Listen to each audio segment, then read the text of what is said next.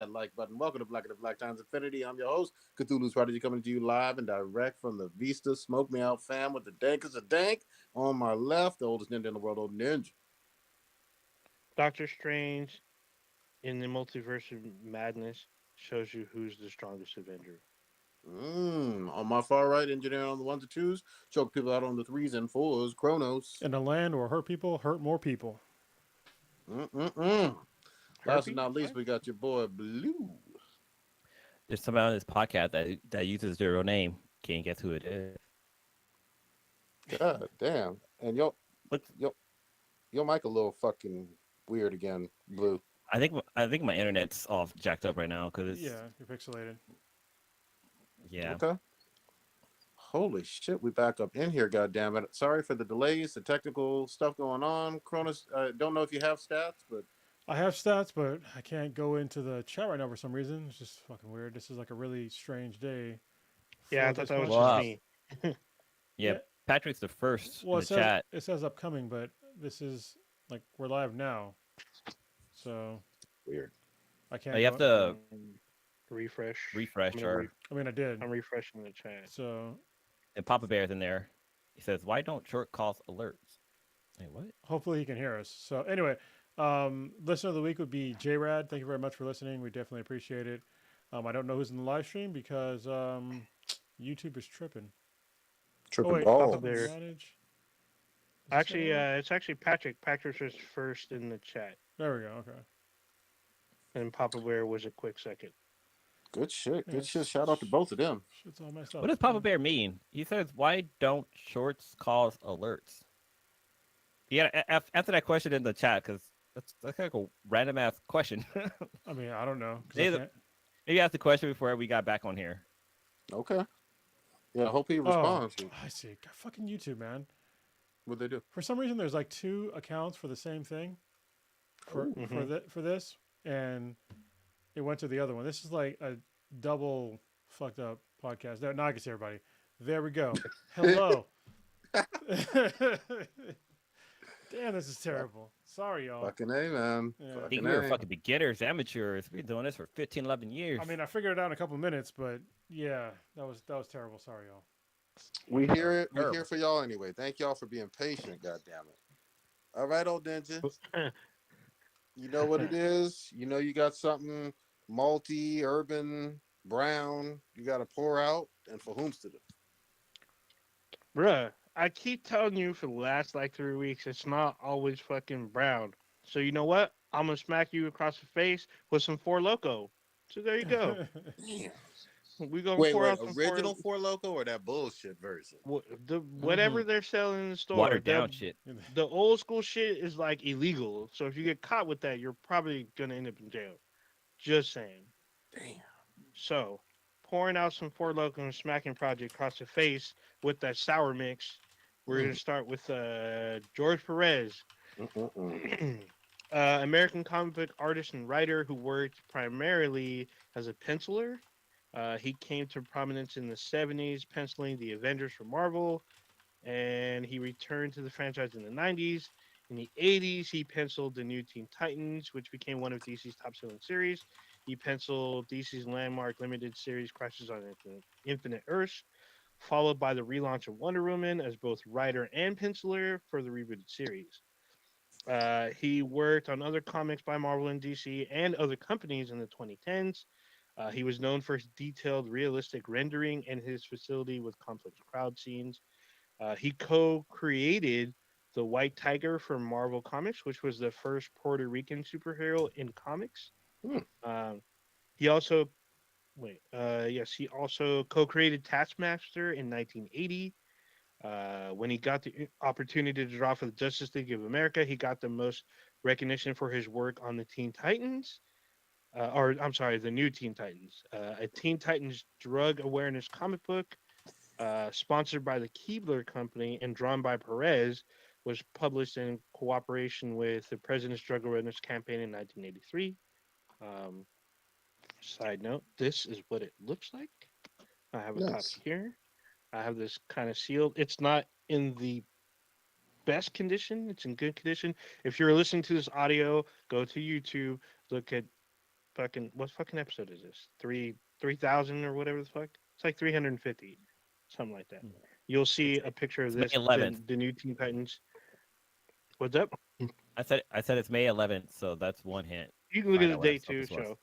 But this picture, this shows his artistry. This was a free comic back in the day.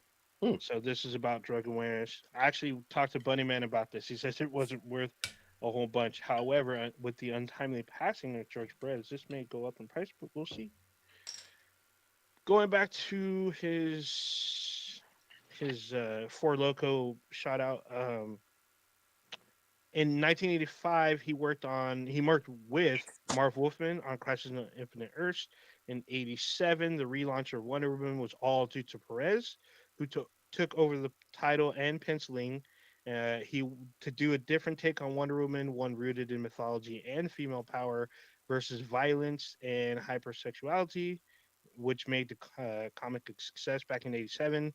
He stayed with the title for 5 years. And during that time in 1991, he drew for Marvel with the Infinity Gauntlet miniseries. So all that drawing was on him.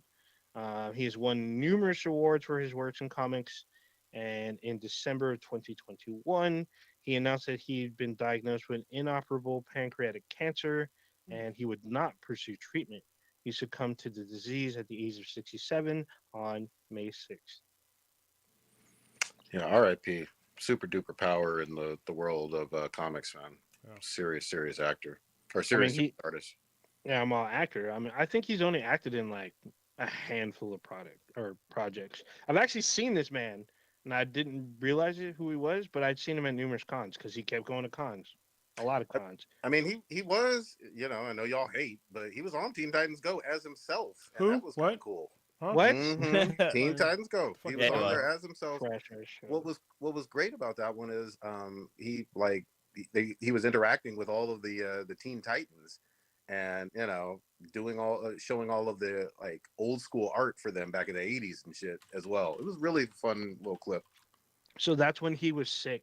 So Yeah. he's had numerous medical issues. He had hemorrhaging in his eye, which Mm. made him go blind in one eye. And so they had to like kind of drain the blood, which gave him his sight back. But they didn't finish the procedure.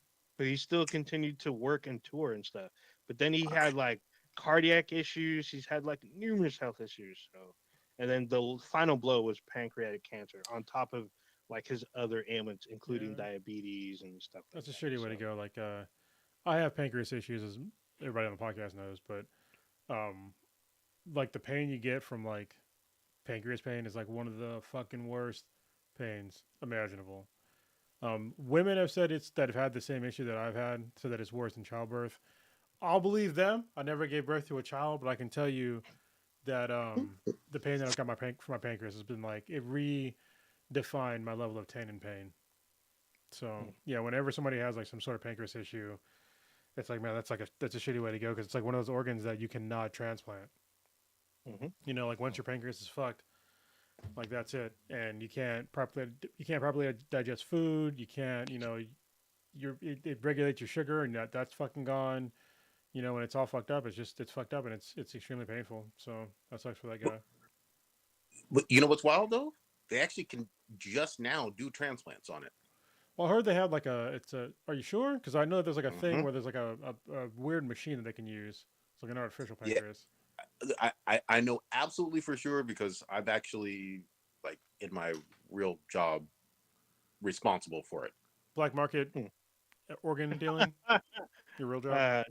traffic children and then taking their pancreas and leaving them in a Well, tub that's full of Him and That's Estra good. doing that on the side. That's why he was in Hawaii with that groupie. yeah. Mhm. I mean, that's Yeah. good. If they can do pancreas transplants, that's great. But man, like that shit sucks. So Yeah. All right. Next up on the list, we have Kevin Samuels, Mm. controversial American internet personality, image consultant, Oh. and lifestyle coach. We lost Lou. Okay, keep going. Keep going. We did? Yeah, I'm reading, so I didn't see Blue disappear. He rose to popularity in 2020 and was considered a polarizing figure based on his YouTube, Instagram live streams discussing modern society and relationships. In recent years, he has transitioned from personal stylist into a social media celebrity who built his following on the image of plain spoken, hyper masculine authority, usually wearing a finely tailored suit. He urged his followers to adhere to rigid gender roles and traditional values. He largely evaluated women for their appearance and youth, men for their assertiveness and money. He was considered a misogynoir, misogynoir. It's so basically it's a Misogynoir. subset. Yeah, it's a subset of misogyny that focuses specifically on African American women, race and gender role value. So there. He was that to some and a truth teller to others. Whichever way you may see it, he captured the attention of those in the streets and those in Black Hollywood, especially. In February of 2022, Samuels has filmed a music video in which he offered dating advice to the rapper Future for the single "Worst Day." However, Future later claimed that he was unaware of Samuel's reputation in response to the criticism he received for Samuel's appearance in the video. Samuels reportedly passed away while on a date with an as of yet identified woman in Atlanta, during which he began to complain about chest pains before collapsing. He died at the hospital. He was 57. That's pretty good. So there we go. Yeah. Yeah, I didn't think. Actually, I thought he was way older. No. I'll be honest. I don't like to speak ill of the dead. However, the impact Unless it's that Rush. this, well, yeah, fuck that guy. But I mean, I know there's probably a lot of people that listen to this podcast that might have listened to Kevin Samuels and took some of his advice to heart and watched him tear down, mainly black women on videos and laughed about it and made like a spectacle to people, over like his tearing down of black women and mainly black women. And I honestly, when I first started watching, I was like, yeah, it's kind of funny. But like me looking back on it now, like I don't think that what he did was positive, like at all, especially when it comes to like black people in general. Like the fact that he was like publicly tearing down these women for, obvious. Some of them they had obvious issues, and yeah, you can argue with me all you want that they had too high of expectations and blah blah blah blah blah. But I can guarantee you that the vast majority of the watchers that are watching his videos of him tearing down black women were mostly white people. Okay, don't get me wrong. There was like a lot of black people that watched it too, but the way that he spoke to them and his like alpha male, quote unquote alpha male like appearance and stuff like that, to me became like kind of a joke.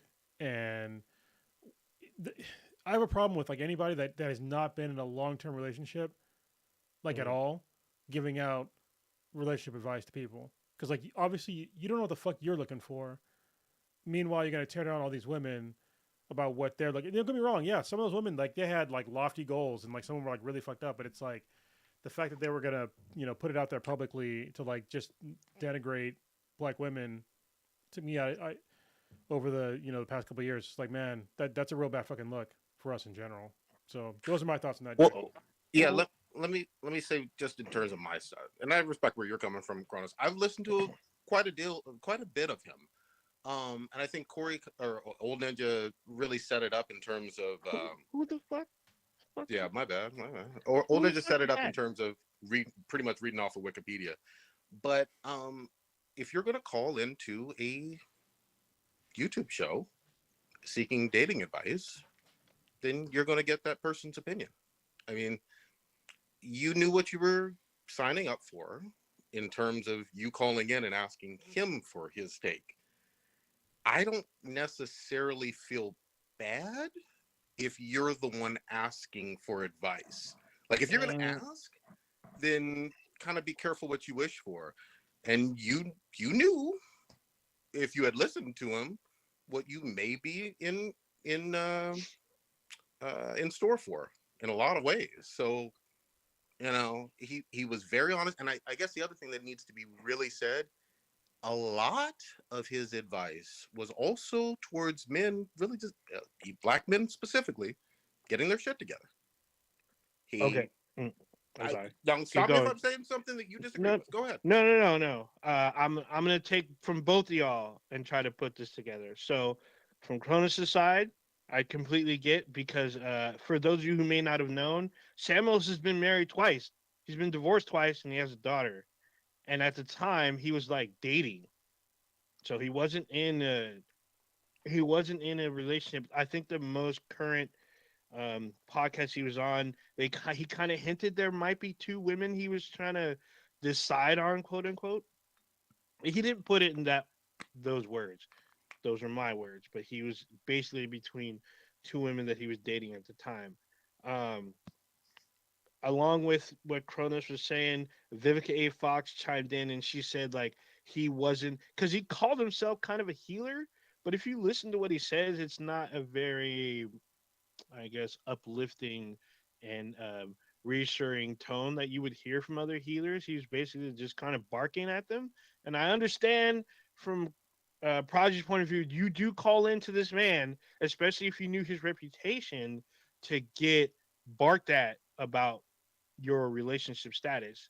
And the amount of men that he did coach were far less than the women that he talked about. And a lot of the celebrities had issues with his more recent statements about black women that were at the age of 35. He basically said that you were useless at that age, which a lot of people had an issue with. He literally posted this shit on his Instagram. If And you're a single can I woman hold on? at 35, you're Can I can I just say in terms of this, just again, not trying to completely bash, but also trying to be as accurate as I can because I listened to that one. The To paraphrase, it was from a dating perspective to him. This is not Prodigy's perspective per se, but from him for him, it was like, well, you have kids by someone else, and you're older, and yet you want somebody making $500,000 a year, and mm, you have unrealistic expectations, and that was his take. So, so But at the yes, that's but at the yeah. same, So yeah, go hold, ahead, let go me I ahead. mean, speak for a second. go At ahead. the same Yeah, get time, it this out. dude is in his his mid to late 50s, and is he picking up on somebody that's in the mid to late 50s? No, I'm pretty sure that whoever he was dating was probably in their 30s or 20s. True. So No idea. he's he's speaking sort of out of the both sides of of his mouth. When it comes to like dating advice, because you can't be out there talking about the sanctity of relationships and long term and like all these things. Meanwhile, you're gonna pontificate of dating two different women on the same podcast. It's like, bro, that's not how it works. Like, you don't. I never got the feeling that that dude really understood what it was like to really put in. I hate using the term the work, but I guess that's the word I'm going to use. Putting in the work with somebody that goes through like some hard times and like kind of getting through it, and then giving dating advice. He was just a guy that had fancy things that people looked up to because they had fancy things. Meanwhile, his personal life was not what he was putting out to be. Like, if he was married for like, or at least in a relationship, because I'm not into the whole marriage thing. But if he was in a relationship for like 20 plus years, cool. I guess you would have some experience on what it's like to kind of get through those things. But he's twice divorced and still in dating at age of 57, and Mm. he's out there trying to tell women like that what he's saying is fucking gospel and men, and it's like what you're saying is not entirely accurate. And yeah, Well, go ahead, man. I was just going to say, a lot of times, and everybody's going to have their own take on this, and that's totally fine. A lot of the advice for men was work on yourself in terms of gaining skills, try to get a career, don't be lazy, a lot of that. For women. So I'm Well, I was gonna just I'm going to gonna okay. I'm gonna put Wait, your what guy are we this talking about is right the now? direct Kevin Sorry, Samuels. I just jumped back Yeah, into the chat. All right. Go ahead. that's all good. It's happened to me plenty of times. This is his direct quote about the age of 35 thing. He says, and I quote, Okay. "If you have made it to 35 and you are unmarried, you are a leftover woman." End quote. He continues on saying, "Quote, you are what is left. Men know that there's something likely wrong with you, whether you want to hear it or not. I'm going there with you. I'm telling you the truth that you don't want to hear." End quote. And then he Again, continues to go on Instagram to say successful men cheat. Either you deal with it or not. End quote. That's not. I would not put that out there as a positive thing to be like, oh, expect your successful man to cheat on you, and you need to basically deal with it. Like you need to accept the fact that your very successful husband or boyfriend is going to cheat on you, I and would you need to be prepared. I'm like, dude, what kind of shit is that? I would say this though. I would say this though, and I'm not defending all of that quote or anything like that. There are a lot of people who do cheat. We unfortunately we know that.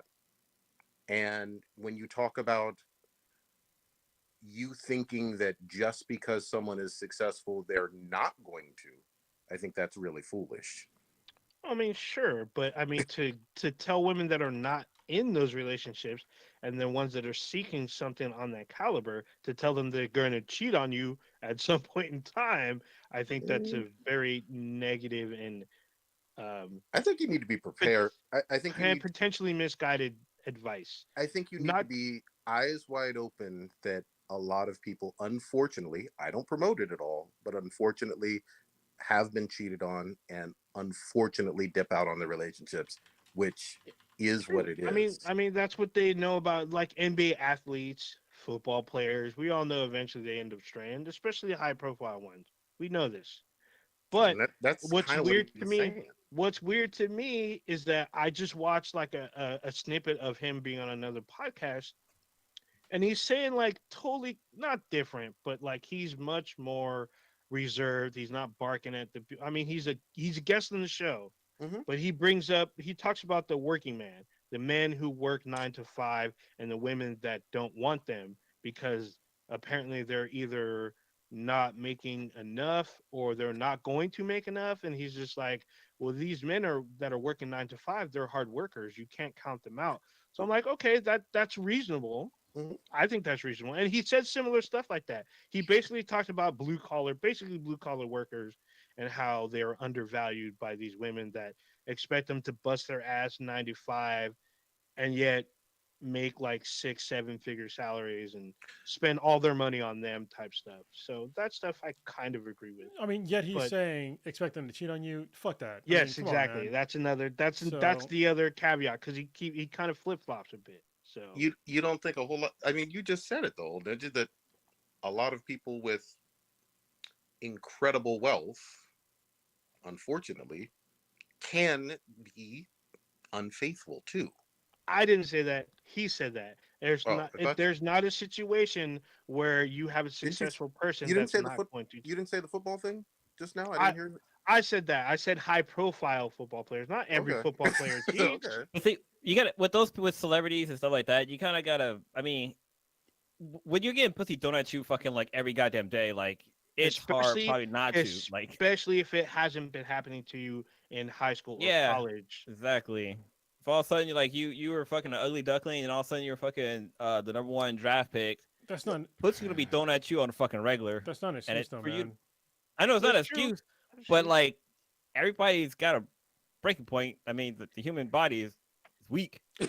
Yeah, No, well, I, it's I, not just the body; it's I the fuck mind. Your no. Hold mind on, just too. real quick. All right, I disagree wholeheartedly because people want to talk about the masculinity, and if you want to talk about masculinity, it comes to like real shit like this.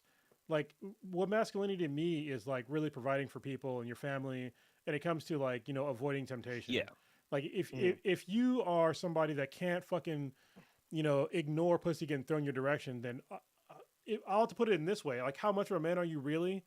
Like for Mm. real? Like if you can't literally like put aside some side chick for your goddamn family and a woman that you say that you love, then how much of a man are you? Like to be Mm. honest. So Yeah, how I much can't stand when these fortitude? motherfuckers talk like this and they look people look up to people like this. Like, oh yeah, that's the way it's supposed to be. It's okay to cheat. It's okay to cheat. Because that's what people do when they have money. I've got money, I can cheat. Or maybe if I don't have money, people that have money cheat, so I'm gonna fucking cheat too. Fuck that shit. Like we're just lowering the bar on shitty behaviors in a relationship. I don't know why this is acceptable today, but to me it's not. Like it's fucking bullshit. But Yeah, I it's agree. nothing. But it's hold on. It's nothing new. Like this isn't a today thing. That Just No, because it's no, not I'm new doesn't mean we honestly can't break the cycle. it's that's fine. Hold on, just real quick. It's nothing new that people who, and we're talking. This is mostly about men who were really very successful. Unfortunately, I'm not saying this is some positive attribute, but unfortunately, a lot, not all, tend to do some heinous shit when it comes to relationships and cheating.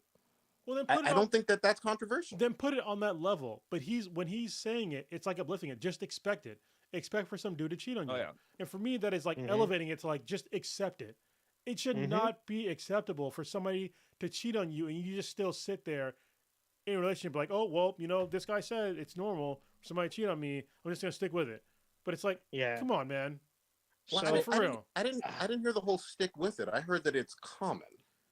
no, Hold that's on. his Let me. quote. His I'm just quote gonna ask you a says question. expected. Did he Hold on. ever say break up with those, leave that person if they cheat on I you? heard. I hold on. Let me answer. I did hear that stuff. I didn't hear any of that. Yeah, 100%. I mean, again, I've done a fair share of listening, not just to clips, but a whole episodes. Yes, there were times when there was a clear explanation of, hey, there's a lot of people making a whole lot of money that are ain't shit people, and if you are saying that you will only, and I want to be clear on this, you as a woman will only date somebody making $500,000 plus a year, and that's your criteria, like they have to make that, please know that in that category there are quite a few men that do cheat. And do what you want with that information, but I don't think that that's anything new. No, So it's not that it's not new. It's the fact that he's setting them up to be like it's normal. That's mhm. not. I mean, it shouldn't be normal. Like that should Not that only should not be that, something that you should expect. exactly, Oh, That should be that should exactly. be a red flag, and you should Mhm. not go for some. You should not pursue somebody like that. On the think flip I think you side, need to he go in with tells men to run about what you're talking about. I didn't get that. On the flip Wait, side, he tells men to avoid women he tells them to run from women that are like searching for that 500K plus income, and she comes in with a couple of kids, and Oh yeah. he literally what told this chick that she had like baggage pussy or whatever. Like he told her she came with Okay, used but pussy. are we gonna be honest though on here? Or are we gonna lie? Why would we lie? It's true. What are He you gonna be said it. honest about? Do is your first option going to be someone who's a single mother with 4 or 5 kids? Mine well, I've isn't. been down that road. I've been down that My, road. No. Mine is not. Let me be really clear right now. Just speaking for me, Prodigy. Mine is not, and it was not even when I was younger. It's not. Wouldn't be if I was not in a relationship with Mishka. It would not be that. So I don't. You can speak. Y'all can speak for yourselves, but that Well, would for not be me, one I of my can. first, second, or third option. Well, not I mean, honestly. Go ahead, man. from my perspective, I did date somebody with kids, and I gave it a try because I was like, she's a great person. At the beginning, I thought she was a great person, but it's just there's a lot of stress that comes with dating somebody with kids, and it's not the kids, even it's like the father of the kids, and like all the different shit, and like you try to be a good positive person, you're just realizing like this kid could just be like, fuck you, you're not my dad. It's like, Yep. okay, like that's a scenario that can happen. But I mean, if I would say don't like give it a try, like try to date somebody with kids, you might find like this might be the right person for you, but like it just go in there knowing that it's not an easy thing. So what? I mean, what part did you just said? I mean, honestly, just flip it around. Like I have kids, and I've dated after I got divorced, and you know, it was fine. So I'm in a great relationship now, like way better than I had before. But if it was the same expectation of, a woman, like, would you date a man that had a kid and was divorced? Like, what was their expectation? You know what I mean? So why Oh isn't yeah. it thought? Why isn't it thought about that way? Like, honestly, I don't really give a shit if a woman had kids before. Like, I'll take it on a case by case basis. I'm not going to immediately just like discount her of, oh, well, she has kids and, had a prior relationship. Like, I really don't care because as you get older, people are going to have kids and they're going to have, different sorts of livelihoods, and you have to take it on Bag a it. case by case basis. Honestly, I think that if people are just like, oh, well, she's got kids, then fuck her. I think that that's incredibly dismissive to a lot of people. because people make mistakes, and even if it wasn't even a fucking mistake, even if it was on purpose and they were in love, shit fucking falls apart, and you don't know. But even what you just said, man, like honestly, I don't really appreciate that because you're like, is that your first or second choice? Like, I mean, that to me personally, I don't think I hate when I say me personally because obviously it's fucking me personally. Anyway, that never comes in my mind when I'm like looking at and don't get me wrong, as when it comes to like actually dating people, I'll probably have like the least amount of partners of fucking probably anybody on this podcast, probably including Old Ninja, probably. I'm a slut. Just saying. I mean, I'm several centuries old, so I'm just there you saying. go. But at the same time, it's like You I'm you not got no winches. I'm not putting up Not like these, anymore. I'm not trying to like kicking the raise crib. these things of like, just because you have a kid, I'm gonna discount you, or you had an ex, that you were married to, I'm gonna discount you. Like I want to know like the person as a person and like see how they are, and then go from there. Like if they're a piece of shit, then maybe they'll be a piece of shit. But I'm not gonna know until like I give them sort of like a chance and like get to know them. So I will and say that's for this. being real. Yeah, no, I Yeah. get you. Everybody's got to answer things individually for them. The more children and babies' father you have, again, this is me. If I was single right now, the less likely I'm going to want to pursue a relationship with you. There's just a lot that goes on with it. I've seen enough, done enough. I would not want that as a first, second, third option for me. I would tell my adult kids or sons or nephews the exact same thing. Not a never do. I didn't say that. I said not it should I would recommend it not being your first, second, or third option, Wait. especially given the multiple kids with multiple dads and baby fathers in the picture. So That's quick question. We're it's getting not a old. good look. Wait, God damn it. what's Go your ahead. Go what? ahead. What's your what's option 1, 2, and 3? Okay, you got a woman who's single with no kids. Is 2 like a woman that's like paralyzed? like Stumpy. I mean, means obviously like there's a plenty, midget? yeah, I mean, Like, there's plenty of people on the planet. I get it. But I'm just saying that would not be something I would very much look forward to getting into. It That's isn't. fine. I get that. I get that. But from your point of view, that's you. But the problem with Samuels is he kind of lumps that in with all these women. Because if you look at most of his interviews with No, these hold on. women, They're young It was women. it was when they called and they said they had, for the most part. Hold on, just let me just say this real quick. If you call in and say, "Oh, I have 2 kids and 2 dads," then the conversation is going to go there. But go ahead. well, yeah. But if you look at I mean, you've seen multiple of his uh I guess his podcast or whatever he does. He has an Instagram and YouTube channel. So on his Mhm. YouTube channel, there's a bunch of stuff on there. I've seen a handful of them, and some of them usually are women with multiple kids. I saw one where the woman had 3 kids. I saw the one where the woman had 2 kids, and he says pretty much the same thing to them about how they're basically. He does ask them what do they bring to the table. That's always his question to them, and he always is like, And "Well, what are you what looking can for in a man? what are you looking for in a man, but what are you going to do for that man?" And he always points out that they're used goods almost every time. He may not say those words verbatim, but he points that out every time. Yeah. On the guys, it's different. The guys, he asks them, how much do they make?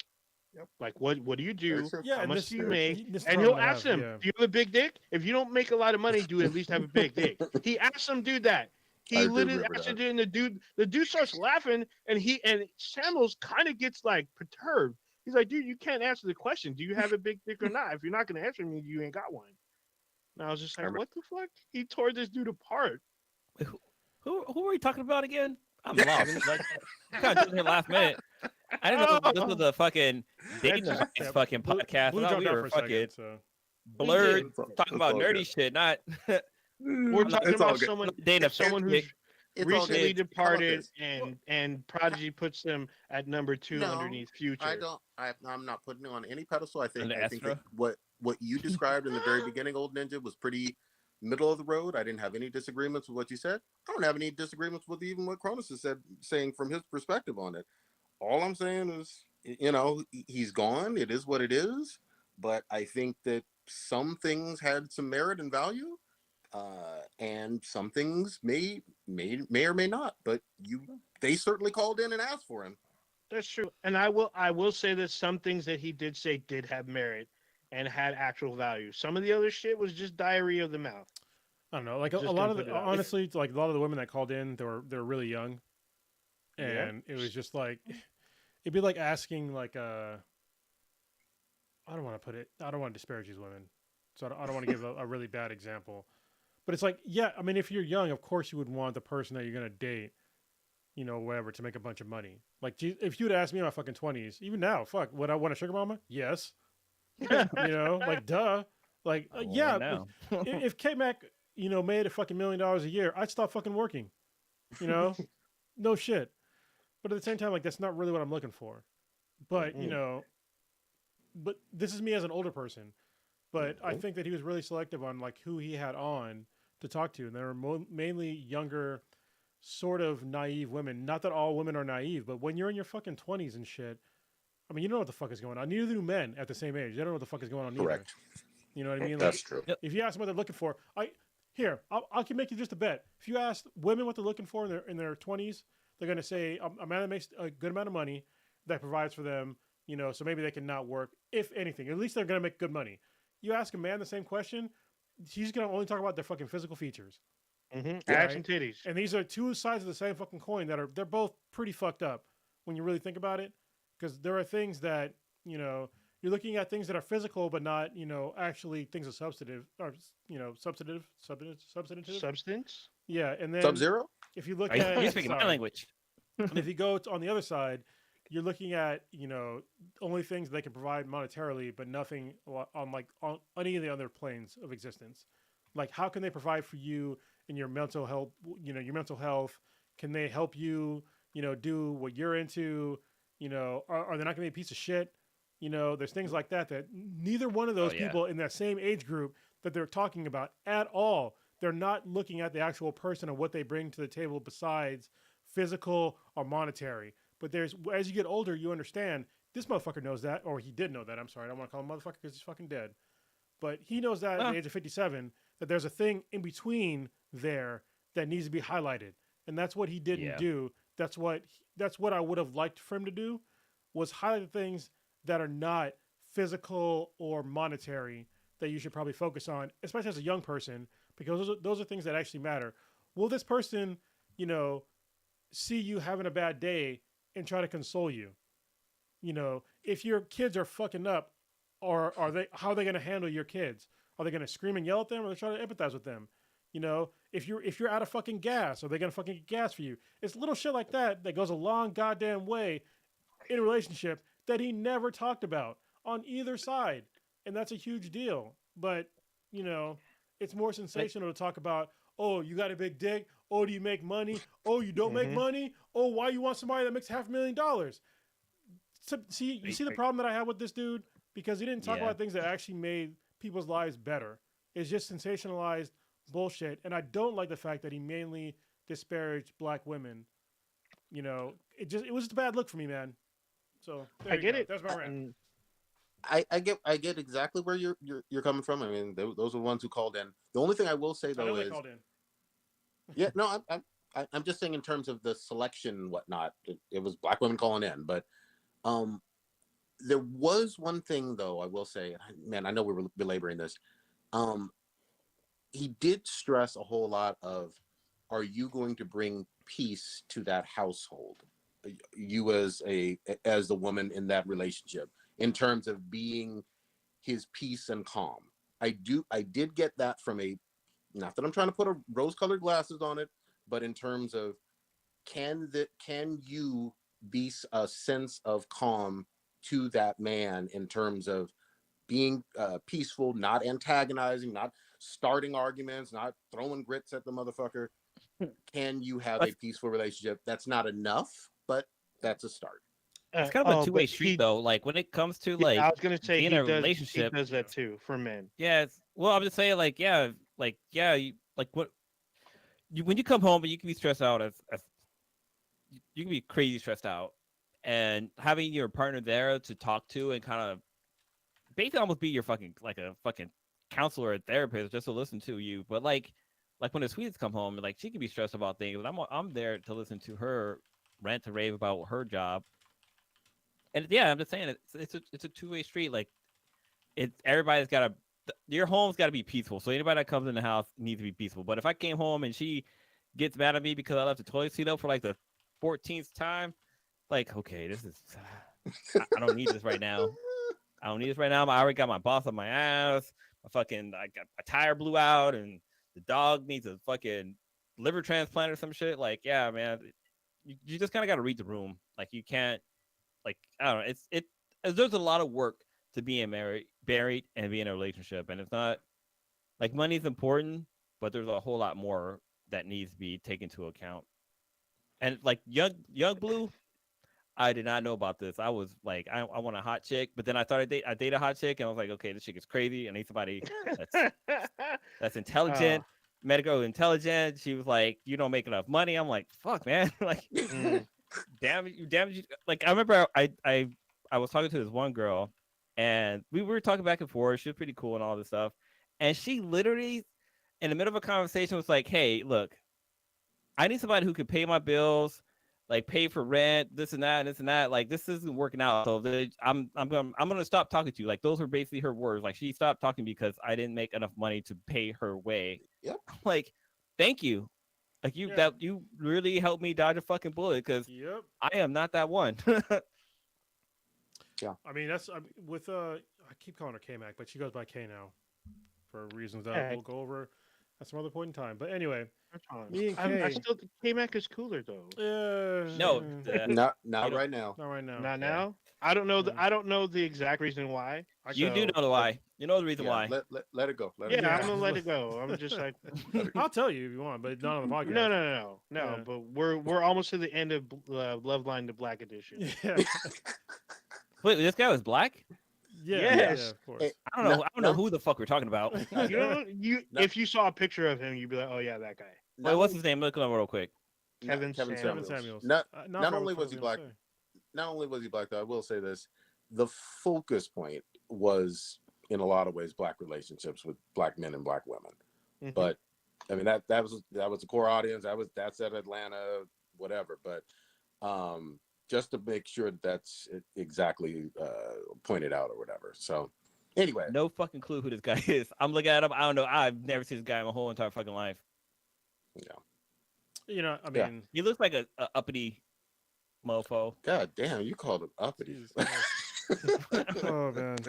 I almost said the N word too. I was like, yeah, he looks like uppity.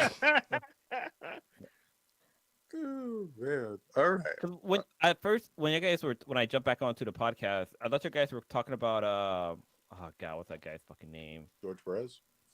No, there's No. a white guy who used to do radio, and he used to give like man advice. And one advice he had gave saying that you should put hot sauce in your condom after you get done having sex, and that way to keep the girl like using your condom to impregnate themselves. And then like there was a whole situation that Drake happened. I was like, holy shit, Tom Liken, that was his name, Tom Liken. Oh shit. And I remember him. See that Yeah, guy? like- I don't know. that was like the one thing I took away from that whole entire like I listened to this podcast. 'Cause there was a time where we had like a radio station called like Channel or something like that. It was all just live chat talk and stuff like that. And he was on there, and yeah, he talks about that. And that was like the one thing that stuck with me for like the longest fucking time. Honestly, this is I'll give some relationship advice out for you. All right. I've been together with the same person for almost 12 years now. You know, we've been together for a long time. We're not married. We don't plan on getting married. Stay out of my fucking business. We ain't doing it. All right. Anyway, when it comes to like, God damn, I lost my fucking train of thought. Dating, relationships. Yeah, when it condoms comes to and like hot dating. sauce. Oh, yeah, when it comes to like, if you're fucking somebody, having sex with them or whatever, and you're a guy with a penis or a person with a penis and another person who has a vagina. All right, I'll keep it real ambiguous for everybody. If you can get them pregnant. All right, and you're at a point to where you're questioning if you're wearing a condom, if they're gonna, possibly like take the cum out of the condom and then put it in their body. Then if you even think about that, then you fucked up a long time ago. Honestly, you did. Honestly, you both did. Both of you fucked up. that you can't be truthful enough with each other to really tell each other what you actually want and to know like who the person is. And I think that's one of the bad things about, you know, our current society is I think people are kind of I'm not prudish. You know, you fuck whoever you want to fuck, but then also understand that there's like consequences to fucking. All right. And if you're on the same page when it comes to having sex, when another person can get pregnant or you can get pregnant, and you're thinking like, hey, this person might be shady. If you think the person might be shady and it might get you pregnant or you're going to get them pregnant, then why the fuck are you in a relationship? Like, seriously. Like, if you think that you can get pregnant or you can get somebody else pregnant and you don't want that, then think about the actual consequences of that. Because it comes down to like literally hundreds of thousands of dollars, you know, no matter how much you get paid, you know, it can come down to hundreds of thousands of dollars. So I would just say, listen to that voice in the back of your head, not your dick or your fucking pussy or whatever, and just think about long-term consequences to having sex. And if you think, oh, I got to put, you know, goddamn hot sauce in the condom after I fuck somebody, like, stop fucking them, first of all. Go the fuck home and then reevaluate your fucking life. That's my advice to anybody with a dick. So if it's your home, you basically kick that other person out and tell them to come back. Okay, hold or on. don't come back. Don't let that motherfucker know where you live. Number one. Number two, fuck them in a motel and fuck them in the ass and in the mouth maybe, and then just leave them alone. ATM. Well, I mean, the number one, the thing you should be doing if you're having sex with a condom is buy some spermicide. Like, you know, instead of using hot sauce, you use spermicide. That kills all the fucking sperm inside the condom. So like, they squeeze it in there. There's no live There's DNA, I guess, in there. There's condoms with spermicide. With that, yeah. But they're using they're using terrible condoms though. But you know, whatever. Yeah. They're using the ones that are extra thick. Yeah. You know, I like them lambskin. I just fucking lambskin's terrible. I can say just flush that shit down the toilet. But then again, it's this Yeah. people who work for the sewer system be like, no, motherfucker, don't do that shit. Part of our fucking our shitty ass infrastructure toilet system can't handle the little fucking jizz and the kind of. I mean, you don't want to throw the condom like all wet and nasty on like trying to get it into the fucking wastebasket and shit. Like it almost never goes. You're not going to be saying Kobe and throw it in there. Well, really well. You can't because you don't fucking nut. You don't even know. There we go. Let's set it up. That's what I had to say. It was going to be me or him. I knew it was coming. What I was going to say tonight. Yeah, it was coming one way or another. I You should have known. I was actually going to talk about like one of the solutions to this would honestly be more. Jesus Christ, that joke was funny. I'm still laughing about it. Would be additional birth control for men because we have plenty of birth control out there for women. Women can complain about it. I get you. Like there needs to be more for men. Men birth control that we have right now is just the fucking snip. That's all we got right now. Is just for now. Vasectomy for now. Yeah. There's one coming out that I'm still waiting for, which is Vasogel, which is like basically a thing they can just shoot in your vas deferens that just fucking kills the sperm on the way out. That's what I'm waiting for. But it's still not here, and I'm like, what the fuck? Like women's got like fucking, they've got a lot. Like, can we get some of these options for men? But yeah, we can't do chemical castration because you lose the desire for sex, especially if you're trying to. You like. So you know this? Yeah, castration is a bad thing. Right? Yeah, chemical castration. Castration, period. Fuck that. No, this is chemical natural. You get chemically castrated and then you take a bunch of Viagra just to fucking on the drip. You get an IV of Viagra. The blue I feel like drip. that's death. I feel like that is death right there. Your body wouldn't know what to do. You would just explode. No. Actually, no. You got to get the rhino pills from the rhino dick pills from station dick pills. Yeah, from the gas station. That's a heart attack. That's the way to go. That's a heart attack. That should make your heart race. That's a hard attack right there. Yes. Yes. That's you go into the hospital with a fucking 8-hour erection. Yeah. And here's the other thing too. Like they do warn you about that shit. The ratio wise, you use that shit too much, like 1 out of every 64 times or so. It's gonna last longer than you would like it to last. Let's just say that. Hopefully not 4 hours. That means you got more work to do. You just go to orgy. You got more work to do. You got more filming to do. I'm just saying. You can make money off of it. That's a monetary opportunity. Or you pull a Kevin Samuels and just have them lined up, I guess. Nah, you go to a swinger party and you just fucking throw on a crown and say King Dingling is here. and you'll be Parlay. talked about for months. You'll be invited to all the top parties. Holy God, just Jesus. saying. Did you say This the thing. top parties? Maybe. Whoa. God all right. damn. Well, I'm just Fucking saying. pineapples, and Queen of Spades, fucking mounted. Oh on yeah, your they'll be trophy all wall. over there. I mean, Prodigy acting like he knows how to nut bust or something. You ain't God got no damn it. nuts. I'm No, just seedless. I'm just seedless. That's all. You know, the nut still dribbles He's like out. a green grape, you know? Seedless watermelon. Oh Are all shit! green grapes seedless?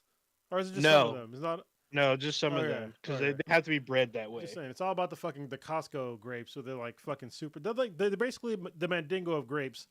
I don't know where the fuck they get them from, Oh yeah, but they're big as fuck. Dude, have you tried the Hey, ones that taste like cotton candy? Yeah, man. Yes. Didn't yeah. I- Blue bought fucking them for the witchcraft. podcast. Yeah, I brought those up to the podcast, man. Yeah, Blue bought them to the Those are podcast. I'm good. like, why does this taste like candy? Like, what the fuck? I'm That all, shit's did fucking we? hella inbred. I was like, dude, did you just fucking roofie us? And It busts Or in your we gonna mouth start like cotton tripping? candy. Oh, it's all bad. Damn it. Night night, motherfuckers. Well, we brought the dankness to I guess an RIP. Yeah, we I did. mean, I mean, he that comes was, up. yeah. the longest rant on a fucking RIP since fucking I don't even know. That was not a. That wasn't a rant. That was a definite. That was Love Line, the Black Edition. Mhm. Right after that, kicked that off Wow. I right feel like we then and talked about this there. guy before. My sister tapped out. Oh, Yeah, she did. She said she Yeah, couldn't sorry. take it no more. talking about too many dicks. Sorry.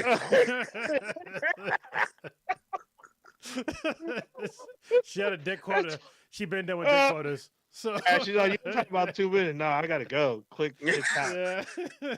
Tapping out. They added again.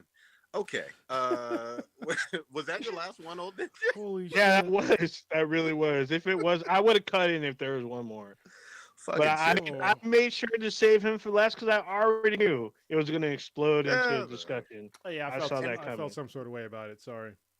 No, hold on. It was a all great did. discussion. We It was all did. good.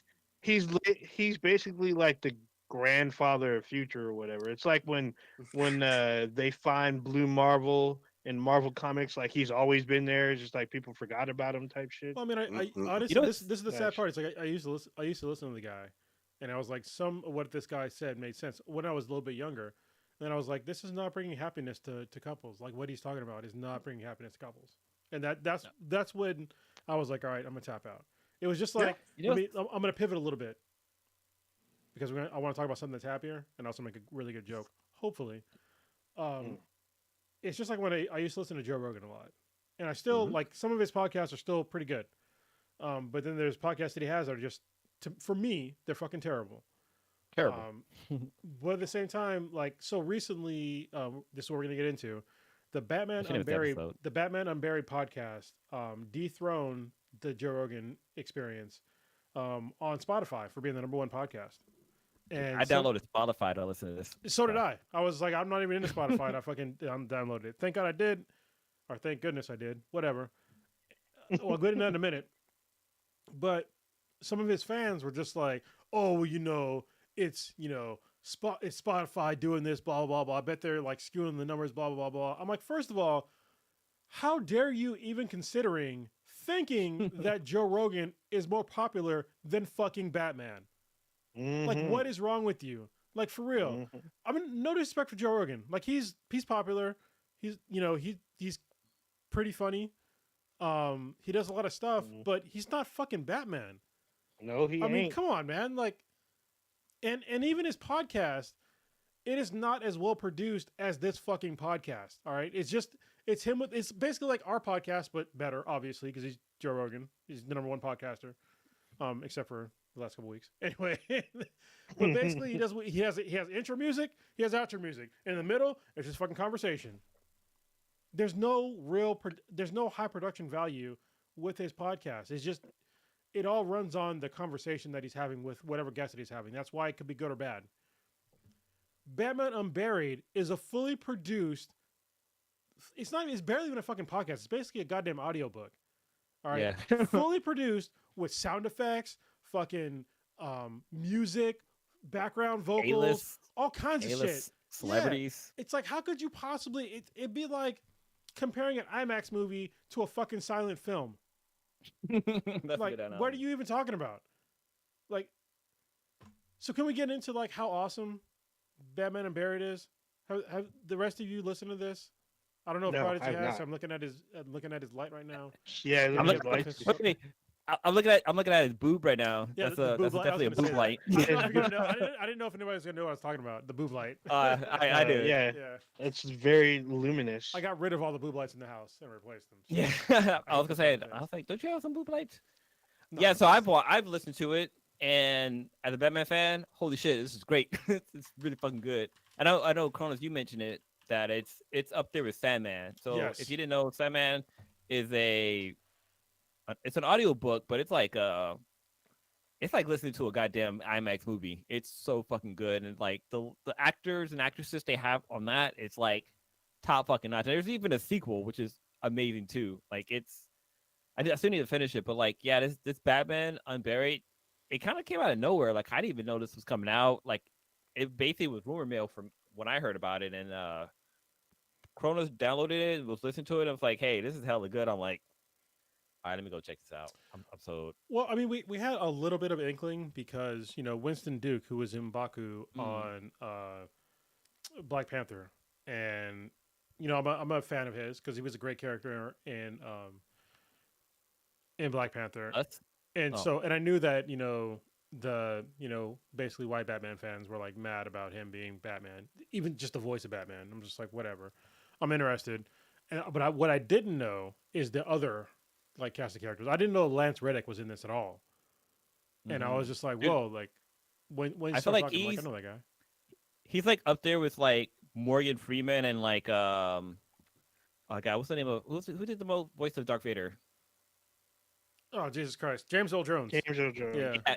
His voice is up there with those guys. Yeah, Like it's iconic. deep. It's fucking like yeah. It's an iconic voice. And when he started talking, I was like, oh shit, they got some good casting in here. But yeah, the casting is amazing. And there's one cast member who plays the voice of Vicky Vale. As I was listening, I was like, this voice sounds too goddamn familiar. Like, who the fuck is this? So I looked her up. I was like, oh shit, it's Aloy from fucking Horizon Zero Dawn. Is that actually? It's Ashley Birch. Yeah, it is Ashley Birch. That's what I said. Yeah, Yeah. it's Ashley Birch. Yeah, she plays Aloy, and I was like, oh shit, that's like it was like the voice is iconic just because I've been playing the game so goddamn much. I was like, oh shit, this sounds so goddamn familiar, but I was kind of cool. It's kind of cool to hear her in something else instead of playing Aloy. But what's your take on the whole podcast so far? Oh, did you have you listened? You're muted. No, Okay. I didn't. Yeah, I know, because I have nothing to say. I haven't listened to this. I don't have Spotify. God, it's So so good. I just wanted to hear what you guys had to say. It's so I'm fucking sitting free, here. so just download Okay, yeah. Spotify. Prodigy, have you listened yet? You plan on it? Not yet. It's definitely on my list. Okay. So They're I'll- short too. Yeah, it looks great. Yeah. So I'll Every give, episode's only about 30 minutes, so Yeah. it's a quick. Right now, there's 4 episodes, and you can power through them. every Tuesday it's going to drop 2 episodes.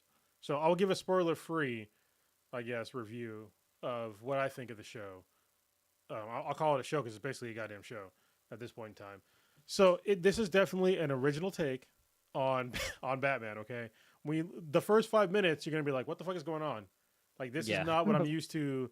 Like listening to Batman and just in audiobooks in general. Like it is like it's gory, but it's weird to say because when I say it's gory and you're like somebody's just talking, it's not just they're talking. There's really good sound effects. Okay, so when people are doing stuff, it's just like this sounds really fucking disgusting, and they curse. It's mature. Like I think it's rated MA, isn't it? Oh, pretty I sure would it say yeah, is. because there's a lot of cursing. Yeah, there's a lot of cursing, a lot of just like foulness and just gore, and it's just there's a lot of really messed up situations, and it's episodic. In like some of the episodes, there's like really interesting like end of the episode. You're like, what the fuck? Like on the end of episode 3, I'm not gonna give anything away. But you're just like, oh shit! Like this person knows something that I didn't know that they knew, and it just kind of changes like your whole perspective of the whole thing. Same thing with episode 2. At the end of episode 2, because the first episode you're just like, what the fuck is going on? Like I don't understand what is Yeah. going on right now. Like what universe was is this confused. in?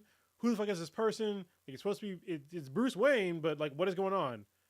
And there's other characters that get introduced in the episode 1, and you're just like, I don't know like where this is in the DC universe at all. And I still don't know, but it's fucking awesome. So I hope that I give this honestly. This podcast is a 10 out of 10, easily for me right now. The the story content, the amount of production that's going into every single episode has been fantastic. I have no idea like where the fuck they're going with any of this. Actually, at the end of episode 4, I kind of do, but not really. It's very much a surprise. It's not like what anybody's used to with with Batman. And you'll see like after the first episode, you're just like, I don't know what the fuck's going on. So anybody that is interested, if you're a Batman fan or a comic fan or even like a book fan or a podcast fan, this is barely a fucking podcast. It's basically a long ass audiobook that's really well produced. So check it out. My highest recommendation. I hope you enjoy it. If you don't, I don't know, go fuck yourself. So yeah. Yeah, so I can't. Well, go ahead. I was gonna I would agree. Like what Carl said, like the production value for this is amazing. Like the first 2 episodes, I was confused as fuck. I was like, Yeah. what universe are we fucking in? Because I am confused as hell. But there's an episode of the Batman animated series where I kind of have an idea what's going on, and the Batman animated series kind of did something similar. Yeah. But I'm a little bit like iffy on like exactly what's going on. But like it's it's very fucking interesting. Like it's the production is so fucking good. Like I'm listening to it, but I'm watching it. Like I can see like everything happening in my head, and like well, how Kronos had mentioned how like it's kind of fucking gory. Like holy shit. Like yes, like there's the sound effects. Is like especially if you're wearing headphones. If you're wearing headphones, that sound is like in your like I had to pause it because I was not ready for what the fuck was about to happen. Let me give you just one thing that's really cool about the production value of this. Hopefully it'll sell you on this. But there's like a part of this is something that you can probably read it, but not really. There's a part in the show in the show where you're listening, and Alfred is going to go down to the Batcave, and he starts playing on the piano, or he starts walking somewhere. He's like, "I'm gonna go." It's like we're gonna go down to. He doesn't even say where it is, and he starts playing the piano. And in my head, I'm like, I know he's playing the piano to open up the fucking secret passage to the Batcave. And then when he goes in there, like you can hear them walking into the Batcave and the fucking bats and the computers and all this shit like booting up. And it's just like it's all painted in your brain because you know as a Batman fan what the fuck is going. Even if you weren't a Batman fan, you would just assume in your brain he's doing these things to go into like a secret spot. And it's like it's so well done. Yeah, and what's kind of great too is that like they're going down there for a reason, and they're like Alfred's taking some people down there. And like one of the people start talking about like what's in there, and like you're instantly like, bam, bam, bam. But then like this person made like a joke, and like I was like, oh shit, like how come I never even thought about that? Because you know how like Batman has like the giant fucking penny is inside the Batcave, and this person was like, oh, is that because you're Albert Pennyworth? I was like, holy shit. That's I was fucking laughing. That joke was so fucking funny. I'm sitting at work just cracking up, and it was such a dumb. That's up there with like Batman and Superman mom being Martha. Like it's something like I should have noticed from the fucking get go, but this shit just basically lands on my plate right now. But overall, the series is great, and I just want to give a shout out to not shout out, but Sam Witwer. He's in this too. So if you don't know who the name is, he plays the Star Killer. He's Star Killer and the Apprentice in Star Wars. He also is in Smallville. He plays fucking Doomsday in that for some weird reason. But yeah, he's in Supergirl. He's what is it, the Patriot guy or whatever? He was. Oh yeah, that's right. He's not Dr. Liberty. He's something Liberty, but he's still in Star Wars. So pretty much every video game, both mobile and console, the voice of Darth Maul is Sam Witwer, and he also does the voice of the Emperor. You guys are tripping. He was originally in Battlestar Galactica. Yes, he is in Battlestar, but he's also in others. He's in a bunch of stuff. He's a cool cat. He's very active on Twitter. He's also a Twitch streamer. He has like a shit ton of followers. He's a pretty decent gamer. So he's a cool guy, cool ass dude. Sticking with Gotham Knights dropped an extended gameplay trailer. Yeah. Well, yeah, Blue's grimacing. Let's get into this. What do you think, Blue? Well, I don't know what it is. There's something about this game that's just not feeling like even when they first. I think if you go back in the podcast, I always bring this up. Like, there's something off about this game. I don't know if it's maybe it's the frame rate or like the animation style or the fact that Batman isn't in it. Yeah, Batman's not in it. Yeah, Batman's not in it. No, there's something like I don't know. Like it just seems. I don't know. It's just. It's not up there with the tier of like the Arkham games, and I think that's what I'm expecting. But I don't know, Well- just something doesn't seem right with the game. Well, hold on. So I will sort of mirror your sentiment, only because of the fighting styles between like the two characters that they showed were vastly different from Batman. Vastly different. So when they showed, Nightwing, Dick Grayson, he was way more acrobatic, and like the way he's moving around was not like Batman. And so that is that's sort of off-putting, if you're a Batman fan, but it's not a Batman game. So that's one thing. And then when they had Red Hood on the scene, honestly, I wasn't really interested in Red Hood until he went fucking full gun kata. I was like, holy shit, this is like basically you're playing Equilibrium. I was like, dude, this is amazing. Like, let's just keep this going. I just want to play Red Hood the whole time. I have no idea like how the other two characters are gonna play, but Red Hood, I'm all in. So let me just say this: that's fucking comic accurate. Yeah. I mean, if you really think about it, nobody fights like Batman. Yeah. Nobody has the exact same gadgets. And Dick Grayson, as we all fucking know, been paying attention to comics for a whole lot of years, was a fucking acrobat. He was with the Flying Graysons. I mean, like, he is an acrobatic motherfucker. And so when you get him as... Oh, Did we lose them? Yep. he's frozen. You know what? You know He'll what's come back. interesting is that Dick Grayson's been more Nightwing than he's been Robin. At this Yeah. point, yeah. But so is Red Hood. Oh, Yeah. Prodigy, you froze for a while, man. Oh, Yeah. really? Yeah. You're Last thing you said was about Dick Grayson in the comics. Okay. Yeah, I was just trying to say that this Dick Grayson is acrobatic and it's super comic accurate, and I appreciate that. And then I was going to say for Red Hood, that motherfucker is like really grisly with it in terms of... I said he shoots people, and he was like really big and yoked. That's one thing that I wasn't expecting. He is big. He looks bigger than Dick Grayson. Way He's like bigger. super fucking yoked. But I mean, if you watch his gameplay, he's very up close and physical. Like he does that move where he like does a chokehold, kind of puts someone in the hostage. He puts the gun to their head, but it's like a fake out. He shoots everybody else, and then he puts like a grenade on the back of them, and you can shoot the grenade, and it does an area effect and blows up everyone around him. So I'm like, oh, that's actually pretty awesome. Honestly, I think that's what's off. I think this is one thing that was off for me and probably most people. If you're used to playing that Batman / this goes back to like Jesus, what was that game? It was like the Sands of Time. Oh, the Prince of Persia? Prince of Persia. That is that combat style. It goes back to Prince of Persia. Back for like the PS2 days, I'm pretty sure it is. Maybe PS1, Shit. PS2 days, I'm pretty sure.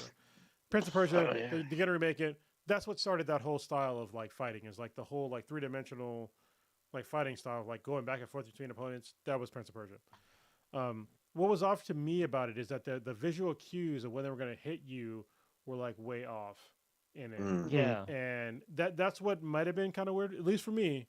That was kind of weird, but they can definitely polish that up, because I think that where they were showing like where the hit was going to come from, it was like a very small like white circle and like a fist or a foot, and they weren't like flashing like it was on the Arkham games, where it had like the it was like blue with like the exclamation points out of the top. Spider Vision, the Spider. Spidey sense. Yeah, sense, yeah. yeah, you weren't getting that. I think that might have been throwing a lot of people off, and didn't seem like the impacts didn't seem right. But that can all be polished, because it's not out yet. So One of the something- problems I noticed push. was that like when Dick Grayson, when Nightwing would go from one opponent to the next, like there'd be a huge fucking gap between the two Yes, opponents, it's acrobatic. and then like he would just like go onto his back once, and then all of a sudden it's like over where that person. I know he's acrobatic, but like I don't just he's not long enough to go from like going to his back and then like there's something weird about this game that I'm not feeling it.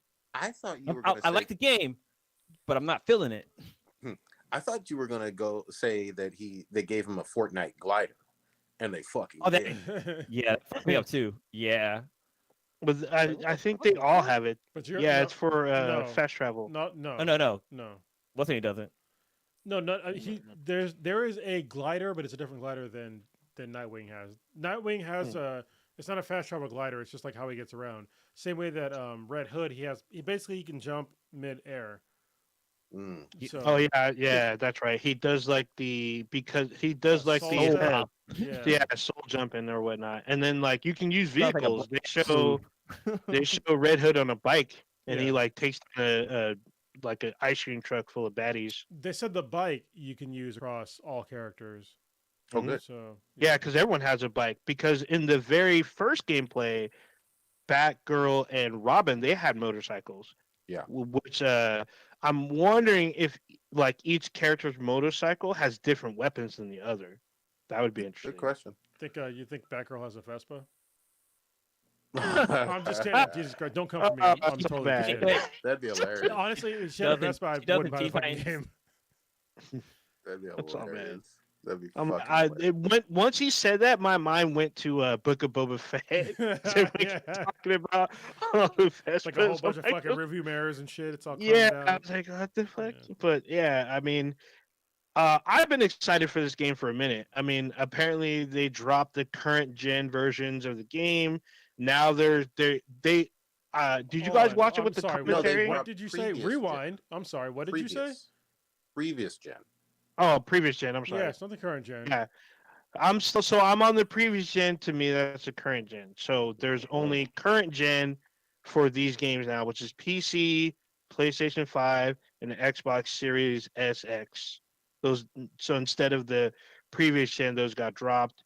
Um, when they showed the like gameplay from like what 2020 maybe, they showed Robin and Batgirl like taking on Mr. Freeze. And I was interested then. I was like, oh, because Yeah. they show that stealth is a big part of the game, which I enjoyed in the Arkham games.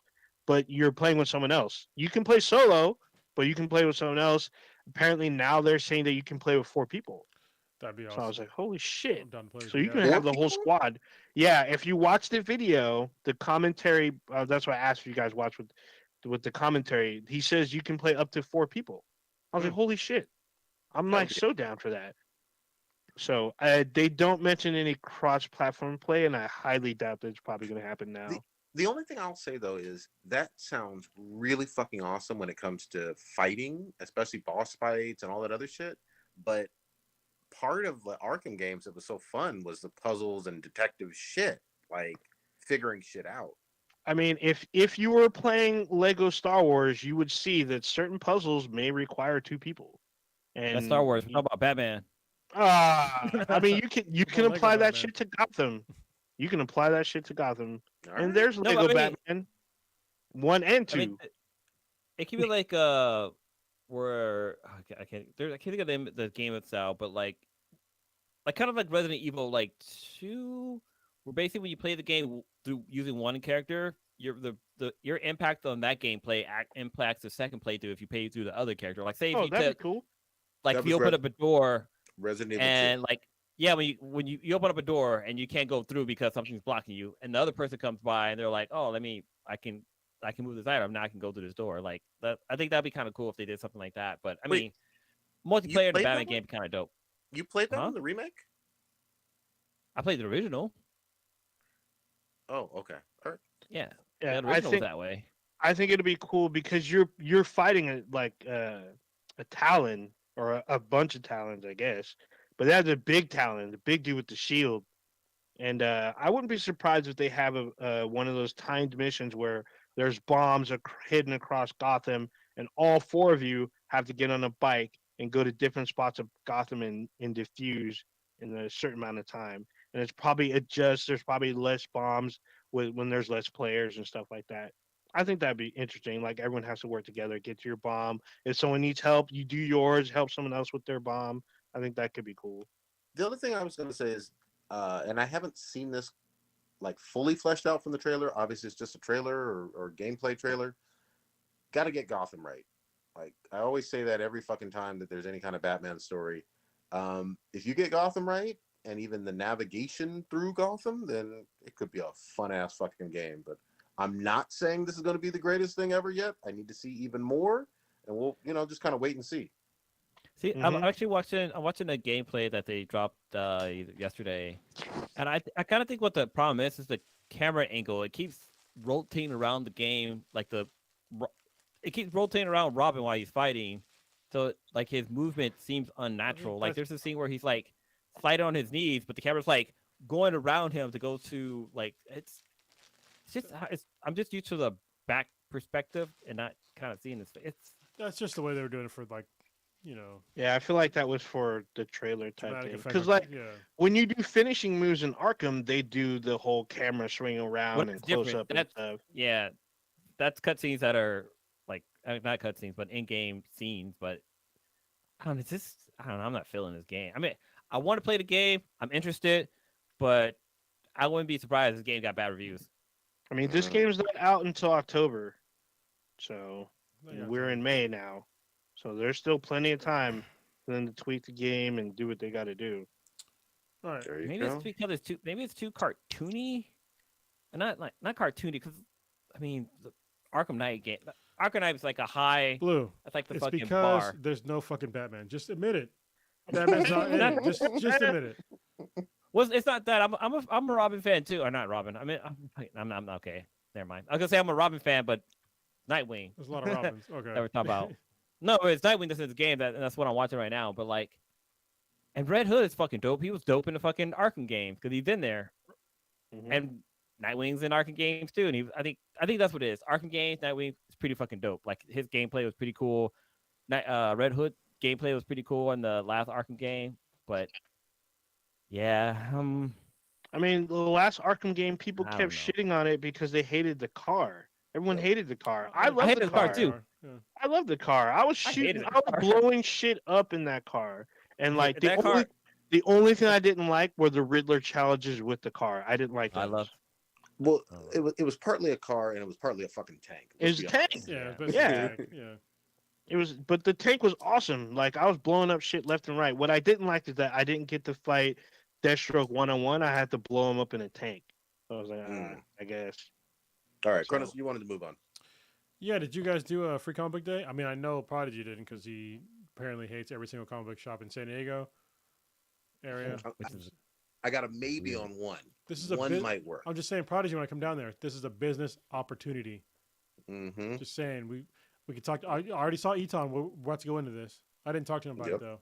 I'm just gonna blindside him.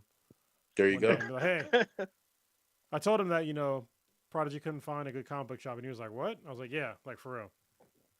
Yeah. we can just do it." He's like, "That's the way to go." Hold, What?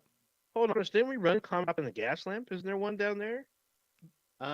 There might be, but here. Oh, sorry. Here's my thing about them. Cape and Cowl spoiled me. Like it's a comic shop dedicated to fucking comics. Not that it doesn't sell some other shit too. It certainly does. But it's about the fucking comics. The way they display them. The way you go in there, you see the whole wall and rack and everything. Every time I go into a shop down here, it's about selling fucking pop heads and Pop vinyls, fucking. yeah.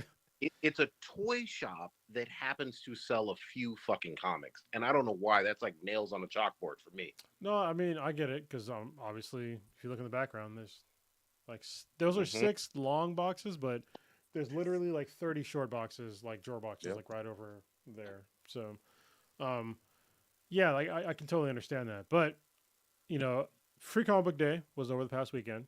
Did any of you guys go do the thing? No, No. I did not. But I saw people lined up for like hours. Yeah, so definitely. I mean, like next year, if you guys get a chance to like do a free comic book day, just go do it. You can grab some free comics, and then hopefully, don't just grab free comics. Like go and like buy some shit too. Like that'd be cool. To I've been head by. support. I'm not judging you. I'm just saying in people in general, like like support your local comic shop if you want to get into comics. Like if you're not into comics, then just ignore everything I'm going to say.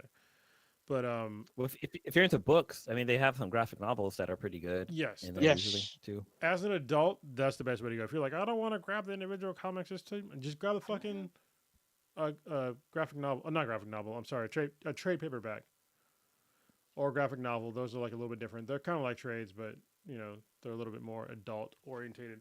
But so I went to two comic shops. I went to my normal comic shop, which is the comic shop in San Leandro, and I picked up a bunch of comics. So I haven't read any of them yet because I'm still going through like my normal shit. But I picked up quite a few like comics from, these are all free. Like y'all are looking. I don't know how many it is, but it's plenty of comics that are free. I took my youngest daughter, she's 5, to go. She picked up some comics too. We had fun. Then I went to Cape and Cowl to go see Eton. I wanted to see the expanded shop, and it was cool, like to see, because I assumed that if you walk into Cape and Cowl Comics, I assumed that they expanded to like the right of the shop, but they didn't. It was like deeper in the shop. shit. So I was like, Cool. that's interesting. So it was like, it was really cool. I think I picked up a couple of things. I picked up probably a few things for my daughter, but the thing I got for me was a Bitter Root. So I haven't read any of this, and so I Oh decided. wow! Yeah, I You're in read for a it. fucking treat. Yeah. So I picked up the first one of that, and then I also picked up. I got another trade. I think it was something for Riley, and then I got her a pop vinyl. So yeah, and then I got to see Eton and like hang out for a second. This is no spoiler at all, but Bitter Root is going to become, I think, an HBO show or heard Netflix. that. I can't remember. Yeah, And it's basically Harlem Renaissance Ghostbusters. nice. Yeah. So So I definitely want to, read at least the first one, and then I got, what was it? Something about the children, the killing the children, something about the children. I can't remember now. Something's killing the children. A couple Okay. weeks ago. Fuck them kids. It's all bad. This is another one that got he has like pretty high reviews. I haven't read it yet though. I'm probably gonna read the next like week or two. Well, that's an Eisner Award winner. Look at that little sticker. I think so is Bitter Root. Is it Eisner or yes? It's a continuing series winner from 2 years ago. Yeah, that shit is hot. I love that one. So yeah, Good. if you support your local comic shops if they're not shitty. Is free comic book only one day out bad. of the year, or is there like multiple instances I of think free comic book day? I think Annual. it's the first. Is it the first or second? I'm pretty sure it's the first Saturday in May, right? Yep. Yeah. Yep. Yeah, Good pretty shit, sure that's good what. Yeah, first Saturday. Jesus Christ, right fucking here. Says it Said right the there. First Goddamn. Saturday in May. Right on the, And what's ridiculous? right in the bag. Let me show you the ridiculous part. It's like literally that bag that I showed you. This bag is full of those bags. Goddamn. Holy fuck. What's kind of cool is like a lot of the comic book shops, like if you get there early, you get comic books. Like they usually have a lot that lasts out through the day. So like if you have to work that day or you need to go to church or some reason, you can still make it out. But yeah, first Saturday of May, right? And also, Return, honestly, if you're like a working class person and you work 5 days a week and you can't, or if you work on at least a Wednesday or a Saturday or whatever, and you can't pick up your free comic book day comics, if you already are a subscriber of comic books, you can probably just ask them, hey, can you just put in you can ask them what do you have for free comic book day, and they'll just pick them out and they'll put them in your drawer or whatever, your box. And you're fine because I got one of mine early for my daughter, so because it was like a cool thing with Spider-Man, you could draw it and shit like that. So like, yeah, let's get that one, and so she can have some fun with it. Is she liking comics so far? I mean, she's 5. Is she getting into? She's a little hot and cold with them because she doesn't because she gets them, but she wants to try because she can read some stuff, kind of actually sort of quite a bit, but when it comes to comic books, she probably needs me to read them to her, but she also sees the pictures. She's she just wants to see the pictures.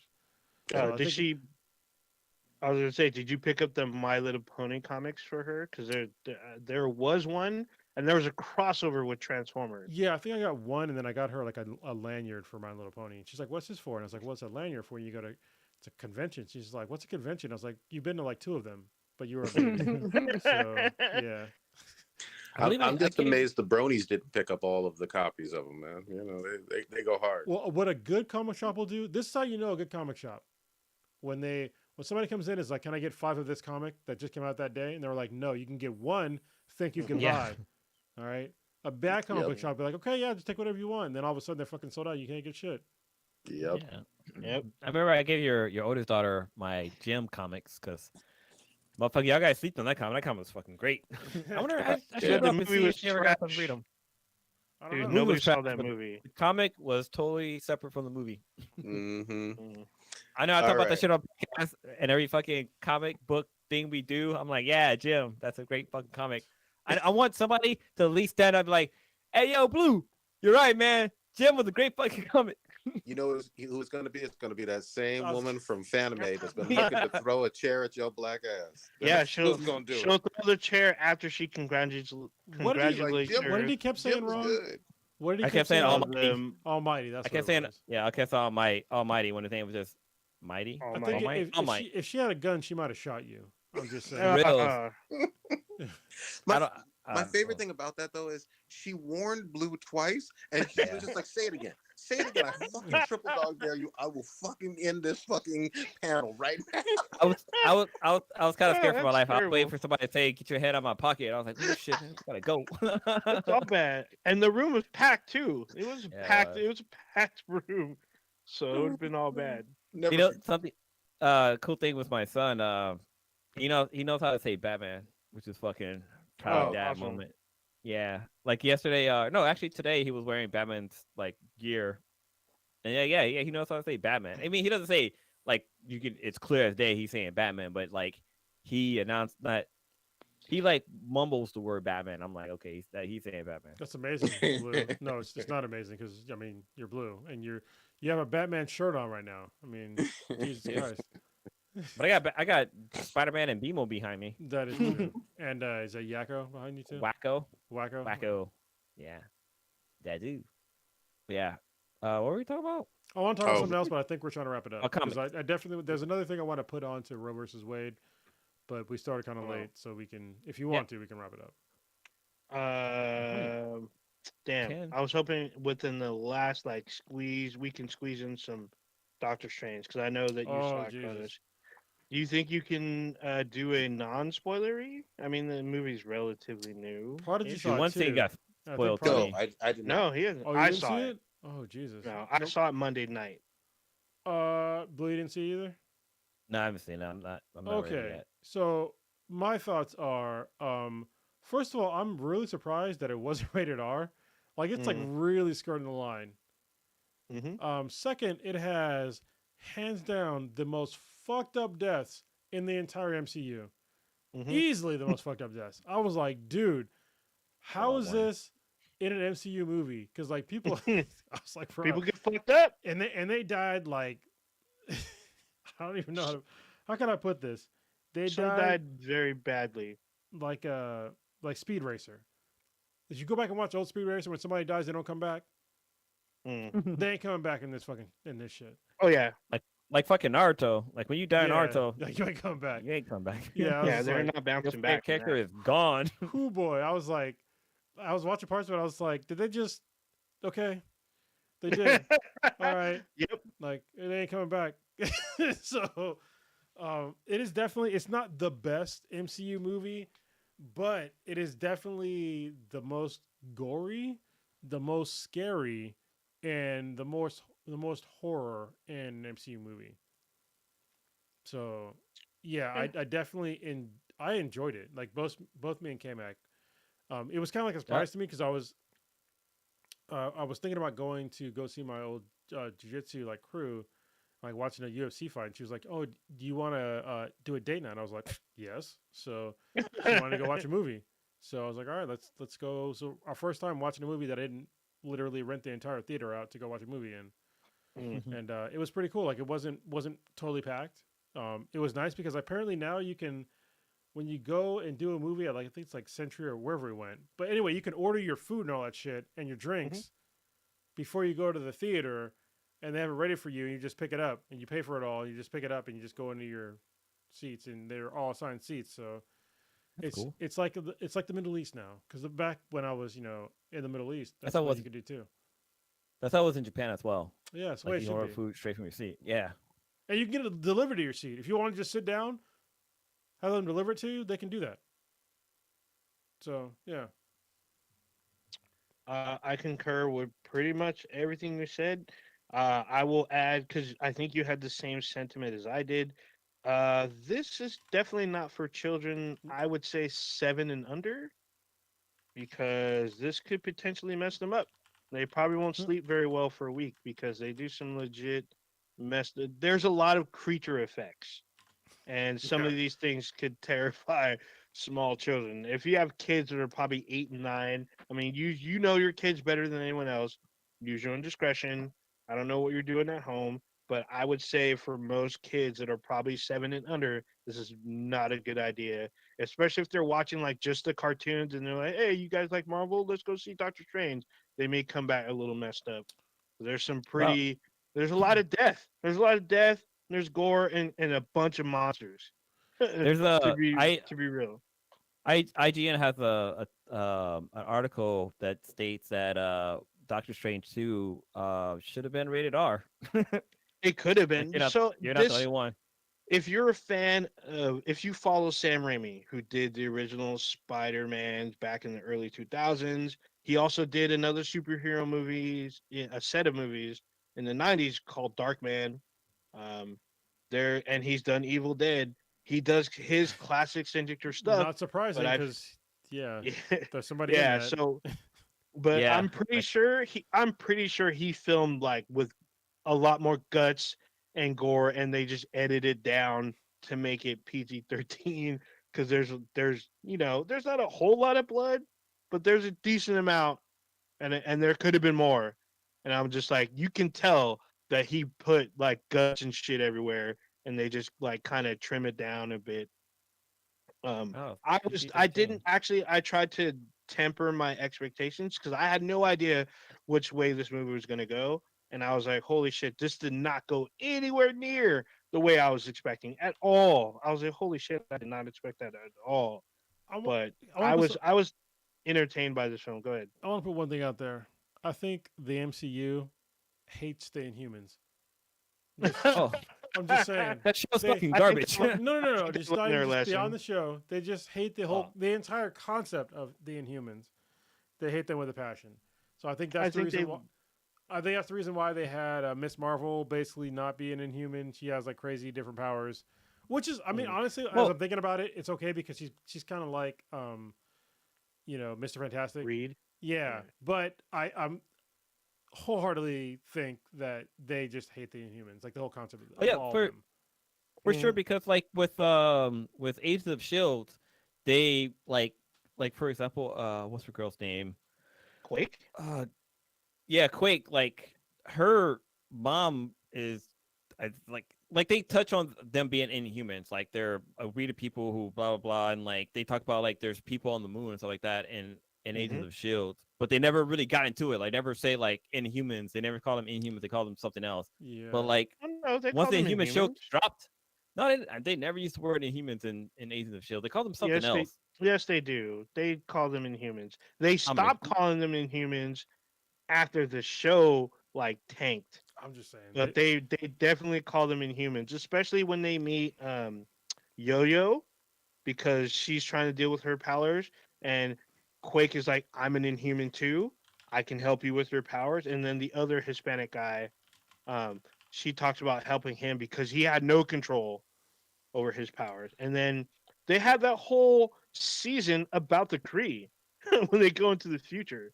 So I'm just saying that movie has the most disrespectful deaths in the MCU.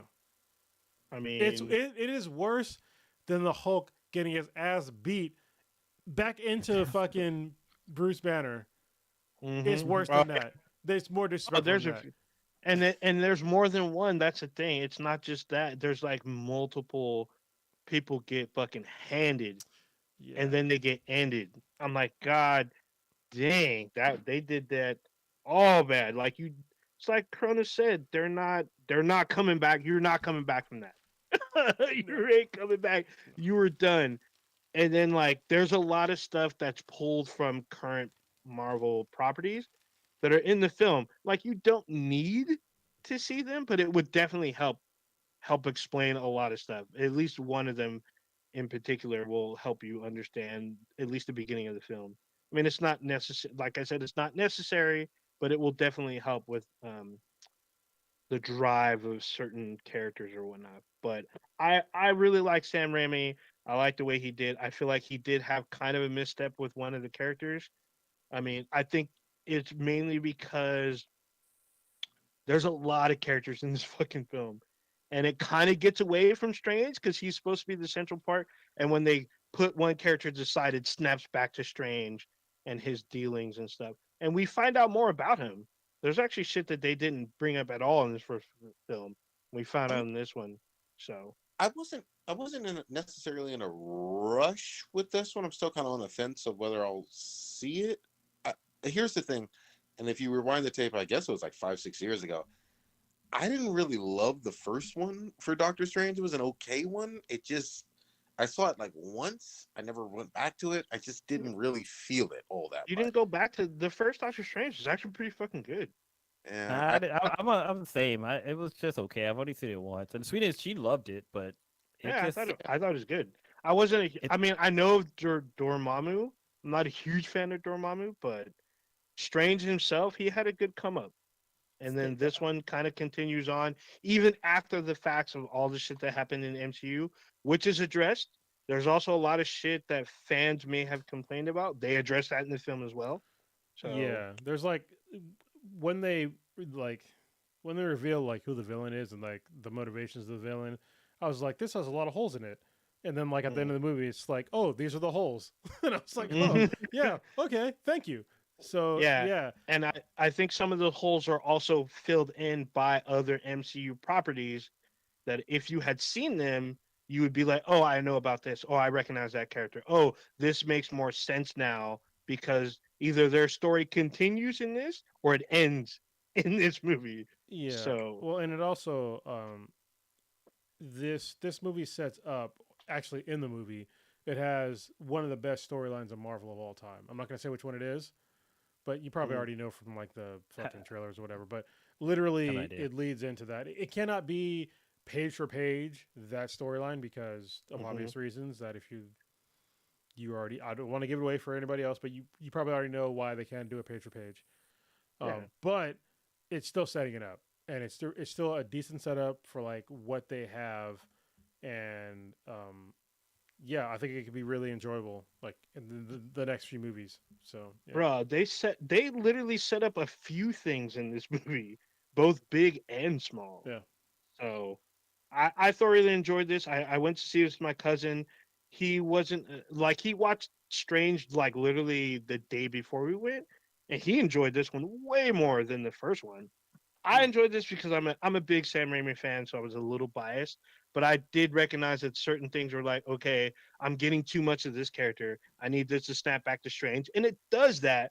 But I felt like that's kind of a misstep where they focus on a character that's kind of they're literally a plot device in the film, and they don't do too much until way towards the end.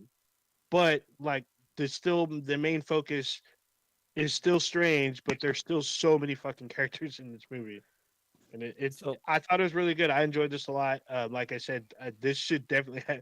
I mean, it's PG-13. That's the parental advisory, but I'm saying small children, you should probably avoid taking them to this or watch it now, before and then decide for yourself. fuck them kids. I saw Nightmare on Elm Street when I was like 7, so I can't How get the handle Doctor Strange. Ooh, that's all bad. I can So- tell you, Prodigy. I can tell you that this movie did a way better job with America Chavez than that shitty ass writer did. Okay. Like, really? yeah, and don't get me wrong, like she's younger in this. She's like a teenager. Oh yeah. but yeah. they still did a better job than that shitty writer did. Because all right, I'll wait until eventually I'll see it. Especially because like Yeah. the only thing that was annoying is because like I knew how our powers worked, and I was just like, just do it. Like I know how it works. Just do it now. And she didn't know how it worked, and I was just like, God damn it. But Yeah, I mean she Yeah. does it, but it takes a minute to realize. It's funny if you some of you, I mean, because a lot of our friends they have kids, and they're probably watching the Marvel Rising, which is like basically the Young Avengers on Oh, Disney yeah. Plus. When you meet America Chavez, she's like 19 or 20. or even maybe even older. She's Dude, the oldest one in that group aside from Quake. I think that cartoon started even before Disney Plus. I thought that was on the Disney Did. Channel. It did, and they just put them all on Yeah. Disney Plus because you can tell that they merged all the stuff together, and they have like mini movies, which is Mhm. like a bunch of stuff that they put together, and there's an order because it doesn't make sense if you watch it out of order. But when you meet America Chavez, because she rides a motorcycle, Yeah. and she's like a mechanic Well, in the animated show, and so let me just say this real quick. she's younger than that in the movie. I haven't seen the Multiverse of Madness or whatever. I did like in general No Way Home and whatnot, although there were some things with Strange that kind of irked me, but whatever.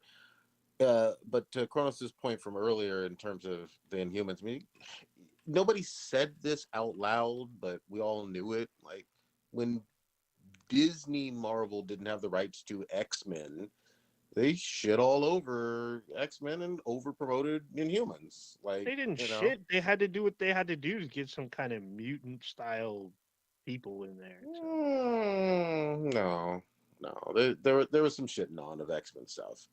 Let's be real. But it is No. what it is. And then at the same time, you talk about Fantastic Four and more X-Men being like up front and involved, and I'm excited as fuck. So, maybe I'll get with it. So my question, Cronus, have you watched the Batman yet on HBO Max? No, I have not. Only you have seen it. Owned it, right? No, I've seen No, it. no. Is it- Dude, I Probably saw it in what theater. as far yeah, I as saw it in the theater. so, what do you think is better in Doctor Strange Into the Multiverse of Madness or the Batman? Because there's like a bunch of memes going around looking at the the Rotten Tomato ratings. It's kind of tough. I mean, I did like the Batman, but I mean, to be honest, it was a little predictable. Even though the cinematography was great, the execution was great because I think Matt Reeves is a very skilled director. However, I think the fun factor is more in Doctor Strange, and like Sam Raimi is a horror director. There's a lot more creatures and shit, which kept me a little bit more engaged. Versus, uh, this is what a lot of people were bitching about Batman is that he wasn't a good detective, and we finally get that. And so when you do get it, if to me it felt kind of like the Batman year 1, 2, and 3 and pieces of it put together. So I kind of knew what to expect. It's just the execution was really good. And with this, I know what to expect from Sam Raimi as well because we've all seen Spider-Man from 2003 or whatever. So you know what you're gonna get. He's back, doing a Marvel film, but he did it his way. He learned a lot of things. It's been like almost 20 years since their first Look, Spider-Man. mofo, So I just asked you which movie was better. I know I'm trying to decide. Dissertation on world peace. Yeah, shit. I don't know. No, just right now, just the Batman has a rating of 85 on Rotten Tomato, and Doctor Strange has a 74. And these are Audience score or actually wait, let me look back because that's not the audience. Audience score is 87, and actually they're tied. Audience score is the same for both of them. So yeah, yeah, so it's kind of tough. They're just one's just darker than the other. One starts out light, kind of, and then gets very dark very quickly. swear to me. Yeah, Good shit. I'm gonna have to come back to it because, like, yeah, because it starts out like MCU a little fluffy, and then like people get fucked up like in a bad way. Wait, hold on. Old Ninja, did you like this one more than No Way Home?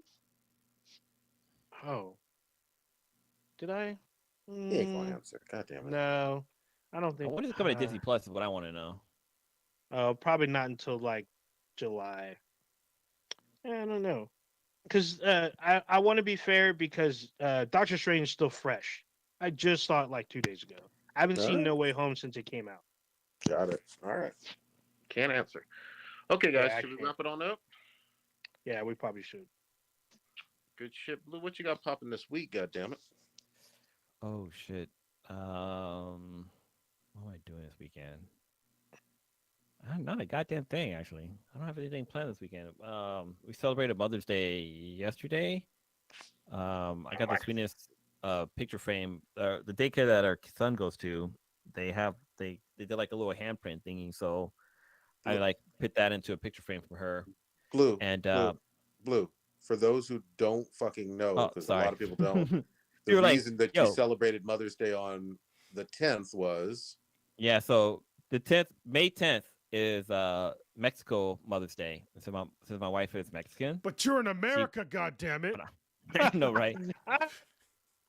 Yeah, we celebrate Mother's Day on the 10th. It's always the 10th. It's not the first Sunday or the third Sunday. The second. It's the second Sunday of May. I think it's second Sunday. I don't fucking First, know. anyway. Oh no. I just do what the calendar tells me.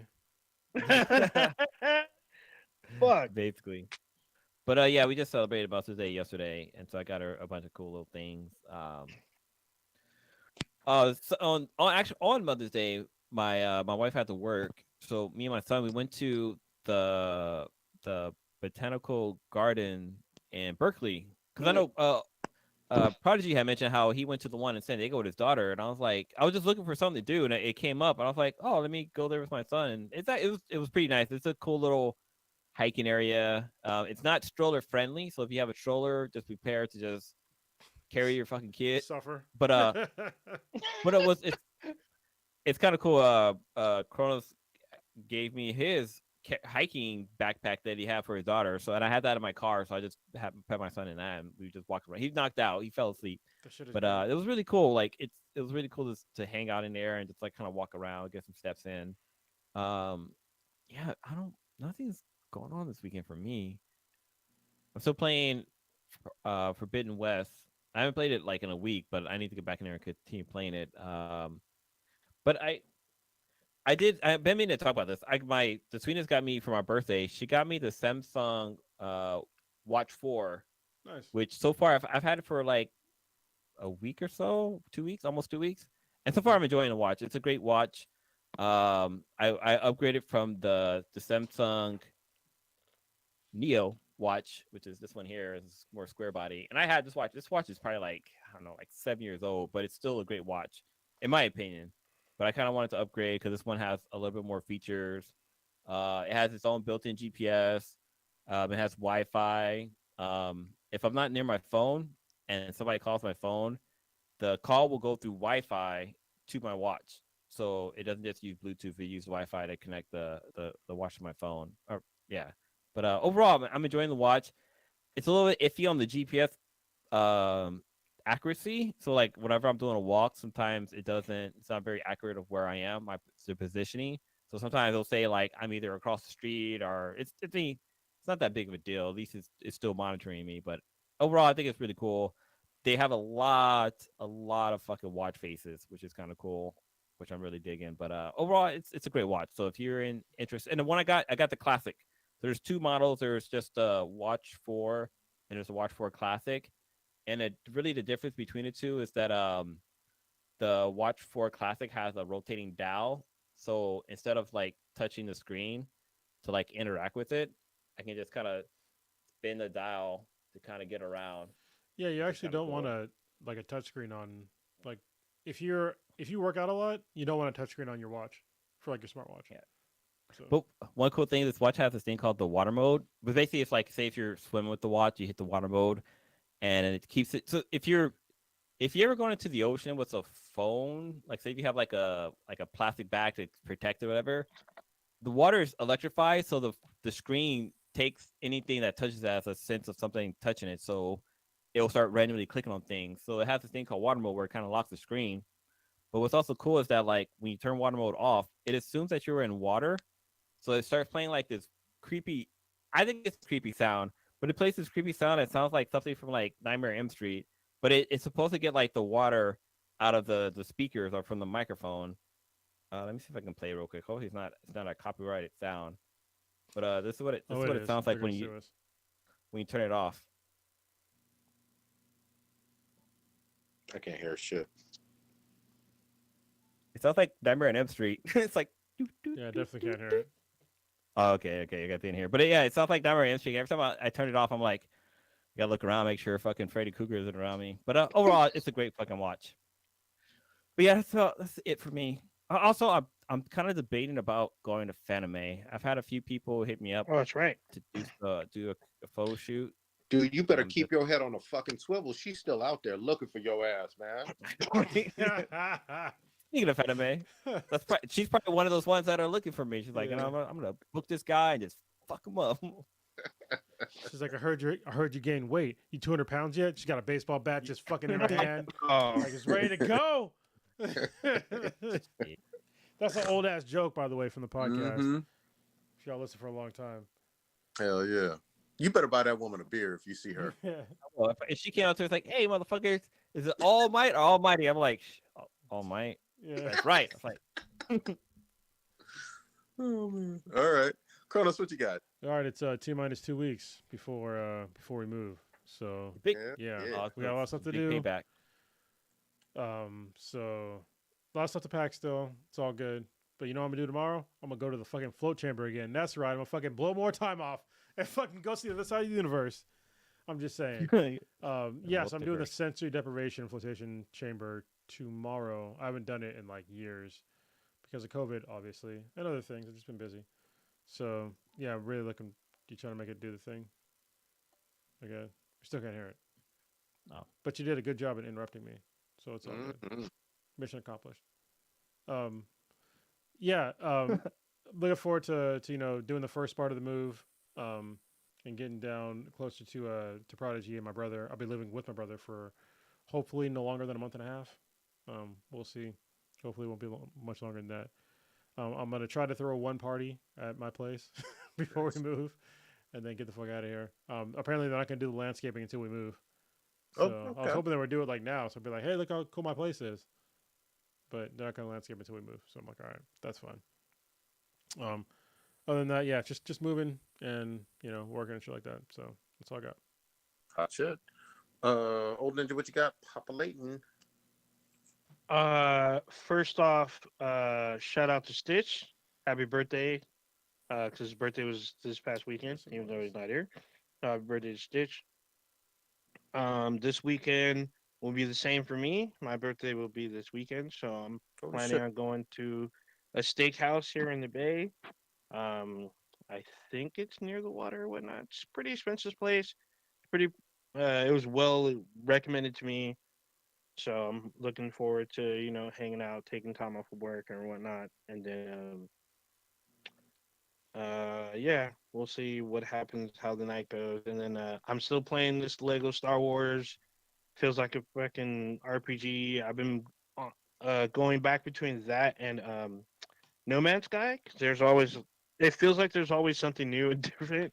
For the most part, on No Man's Sky, I think I might have reached a kind of a plateau spot. But every time I think I do, I find out there's new activities you can do, or new kind of like just random stuff that you can do that can get you all kinds of crazy stuff. Um, like I showed earlier on the cast, I picked up more comics because I missed Free Comic Day, but more High Republic Star Wars stuff. So I got here. I got some of this stuff next to me. If you're listening via audio, you can't see. This is issue 14 and 15 of the High Republic. So I'm behind.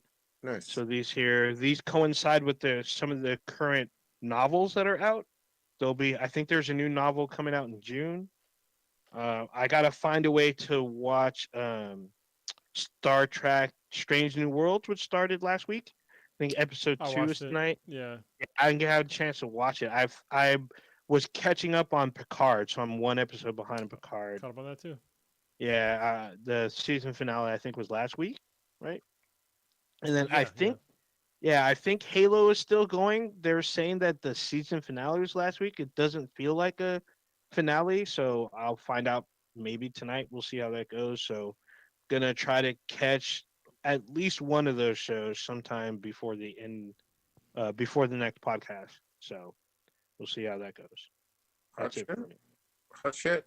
For gaming, for me, finally after 234 fucking tries, I beat Melania, Blade of Mikola, or whatever the fuck. Man, that bitch was fucking hard as shit. Shout out to those hammer users that helped me get over the fucking hump with that bitch, because I was That means B-Boy. That's you.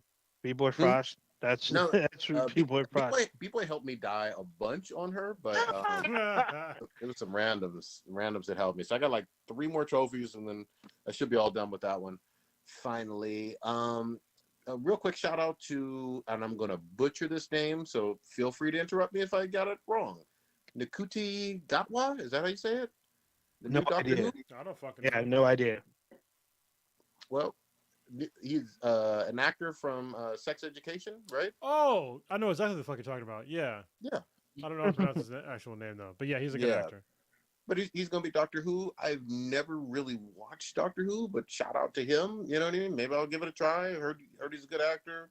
Give it a shot. You know, props People- to him. Yeah, people were asking like, who is this guy? I'm like, well, I know him from Sex Education, so I didn't mention Yeah. that he's gay in the show because Mhm. surprise. Yeah. But he's a good It is actor. Like, Yeah. Because And then- the hate's gonna fucking come. Oh, of course. It's But already started, I'm sure. Yeah, but Oh, yeah. you know, the hate came when they had a female Doctor Who a year Exactly. or 2 ago. But hopefully he rises to the occasion, and it'll be great for him. And then I did see an anime movie that was like a couple years old. I don't know how I fucking missed this, but this guy's one of my favorite fucking directors right now, Makoto Shinkai. He did Your Name, and then he did this one that I just watched, Weathering with You. These are like almost slice of life anime. There's not a whole lot of ninja fighting and shit or gunplay or whatever, but some of the most incredible animation I've ever fucking seen in my life. Literally bodies Studio Ghibli, and I'm not fucking shitting you. Damn. So if you get a chance, check out Weathering with You or his first one from 2016, which was Your Name. Fucking incredible, just from a purely artistic standpoint. If you like animated movies, I've never seen anything more fucking gorgeous than the way he draws basically a modern ass Tokyo. It looks like fucking real life in some scenes. Hot ass shit. I'm on the fence. I may sneak into Doctor Strange. I may not, but I'm gonna meet up with my boy James and my boy Christopher and some others. I'm going to Vegas on Friday. Oh, nice. What the So- fuck? Because James is getting, he's Yeah. getting married, right? Yeah. There's gonna be a bachelor party over there. So Oh shit! Oh, Food Where, is shit. where did we go? central. Cheetahs or where Yeah. the fuck did we go? Was it Cheetahs that we kept going? Hustlers. Mhm. Oh, My yeah. bachelor party? Couple times, yeah.